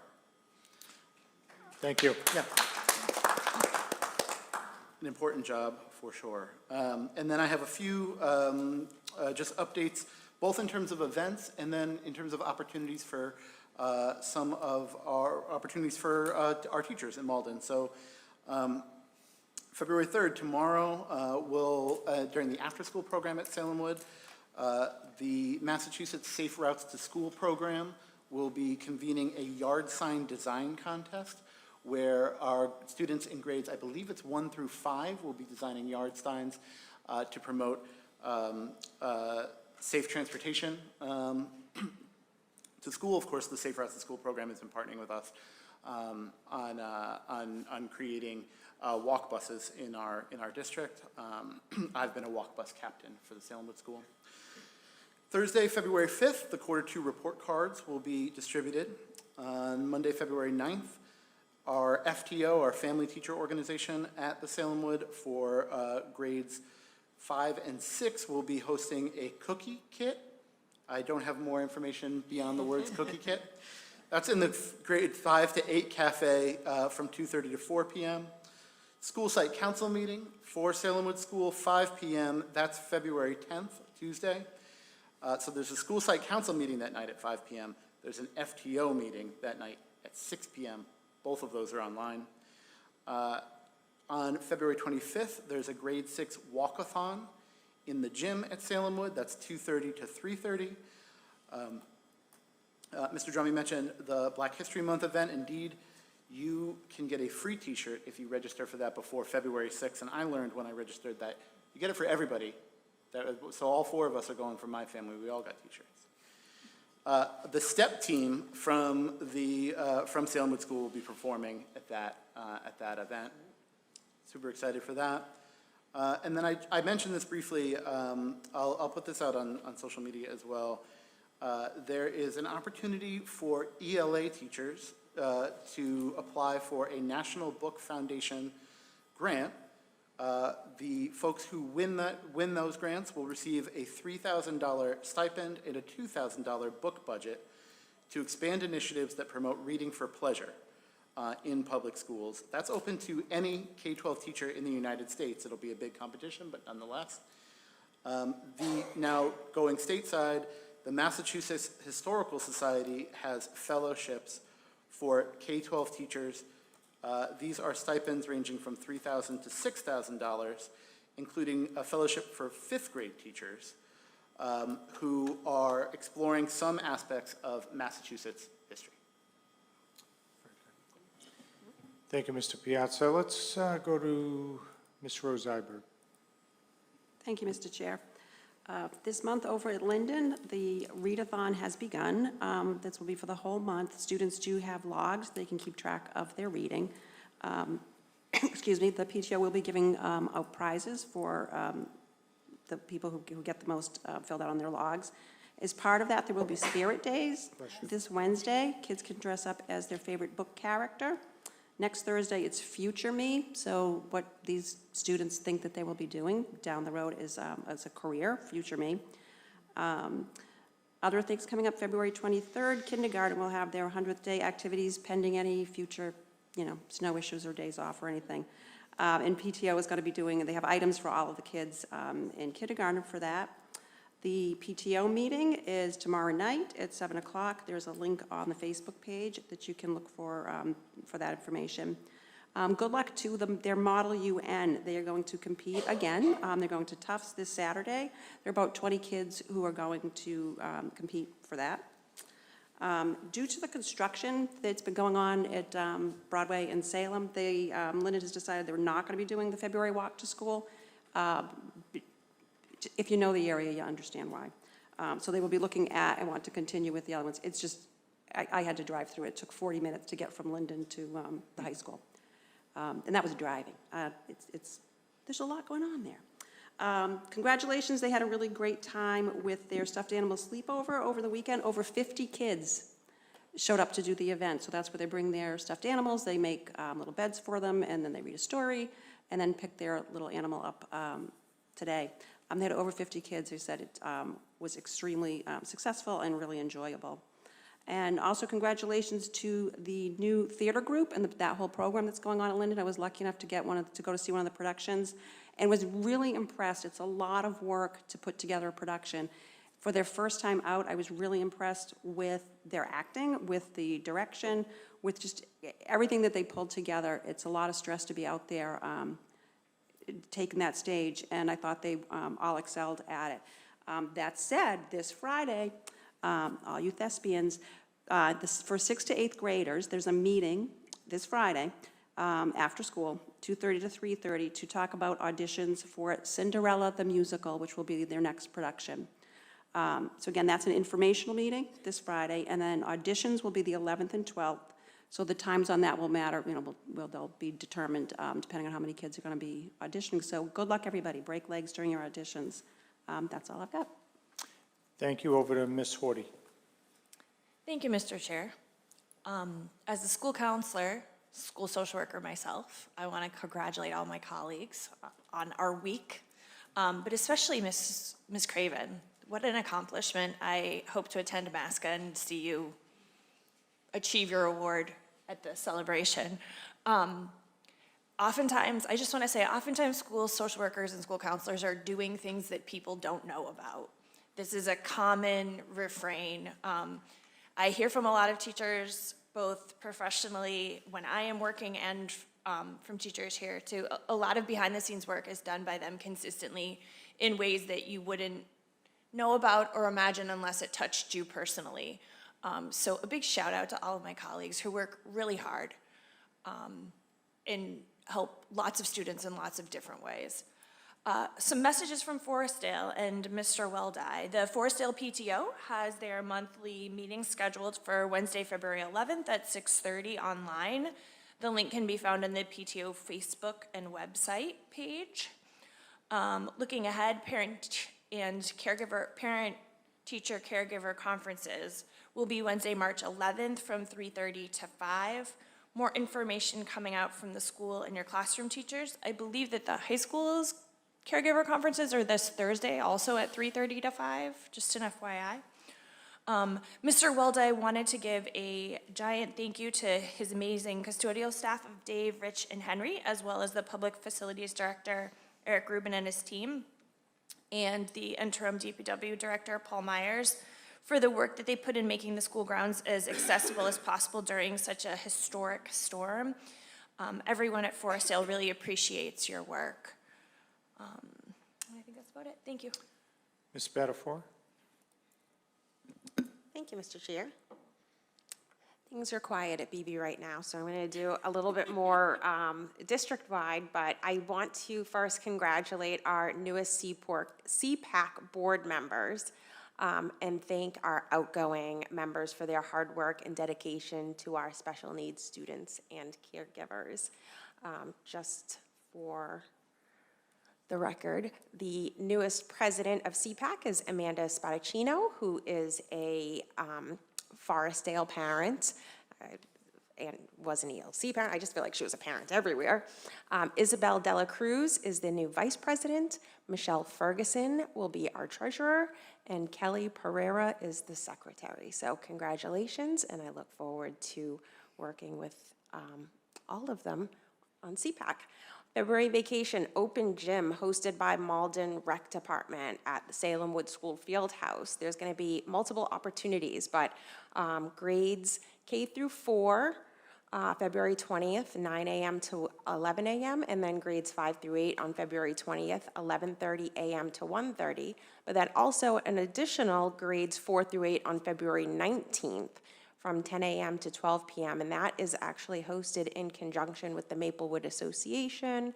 I actually don't have everybody in front of me, but there was a group that really got together, I believe it was Salem Wood PTO, to make sure students had some place to hang out during school vacation. The Chinese Cultural Connection and the City of Malden is hosting the 17th annual Lunar New Year celebration. It's the Year of the Horse. This Saturday, February 7th, 11 a.m. to 4 p.m. at Malden High School.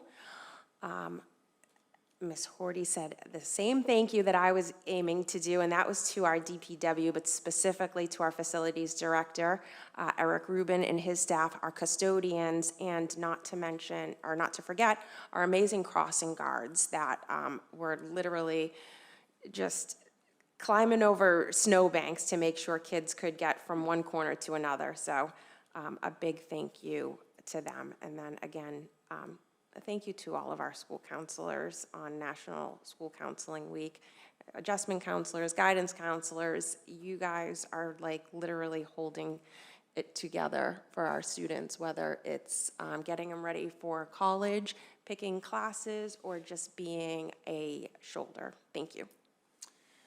Thank you, Ms. Spatafora. I'm going to end like I did in our last meeting, which is all of you must take a look at cityofmalden.org/override and try to share that out as much as you can, because if you're wondering why I didn't say anything when Ms. Mertz was at the podium, it's because sheer exasperation. We cannot move forward on those numbers that were presented tonight. And so we have a big decision to make, but if I know Malden like I think I do, we will meet the moment. So again, cityofmalden.org/override. I would encourage everyone to look through that. We have a series of forms that will begin this month. We'll be releasing the date shortly. They'll be in different venues. Some will be in person. One will be online, I think. And we're just going to do what we need to do, because we are truly on our own now. There is no one coming to our rescue. cityofmalden.org/override. We'll now entertain a motion to go into executive session. In honor of the Patriots, yes. Ms. Horty, seconded by Ms. Rose Zeiberg. Clerk will call the roll. Mr. Drummy? Mr. McCarthy? Yes. Ms. Spatafora? Yes. Ms. Macklin? Yes. Ms. Horty? Yes. Mr. Piazza? Yes. Mr. Bernard? Yes. Ms. Rose Zeiberg? Mayor Christensen? Yes, school committee is now in executive session.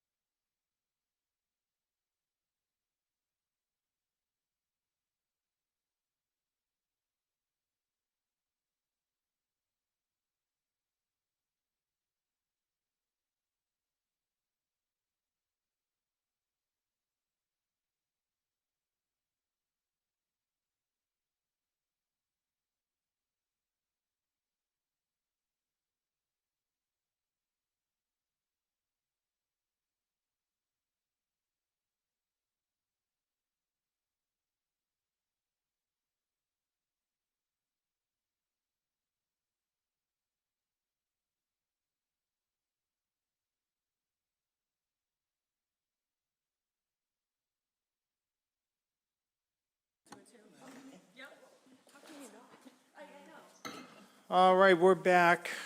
Do we have any motions? Please, Ms. Spatafora. Thank you, Mr. Chair. I'd like to make a motion that we approve the compensation for the ELC principal effective February 1, 2026. Second by Mr. Drummy. Any questions? Let's call the roll.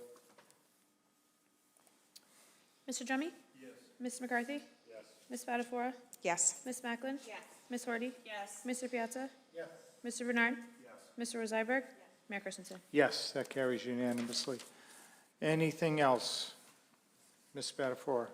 Thank you, Mr. Chair. I'd like to make a motion to approve the memorandum of agreement between the Malden Public School Committee and SEIU Local 888 Malden Public School Administrative Assistants effective July 1, 2025. Seconded by Mr. Bernard. Any questions on that? Let's do this. Mr. Drummy? Yes. Ms. McCarthy? Yes. Ms. Spatafora? Yes. Ms. Macklin? Yes. Ms. Horty? Yes. Mr. Piazza? Yes. Mr. Bernard? Yes. Mr. Rosalberg? Yes. Mayor Christensen? Yes, that carries unanimously. Now a motion to stay. Motion to stay. Motion to stay. To stay. Can we bring our stuffers? Yeah. I don't think you can make a motion. Motion. Motion to adjourn, Mike, seconded by, I think it was Mr. Bernard. All those in favor say aye. Aye. Anybody opposed? The ayes have it. School committee is hereby adjourned.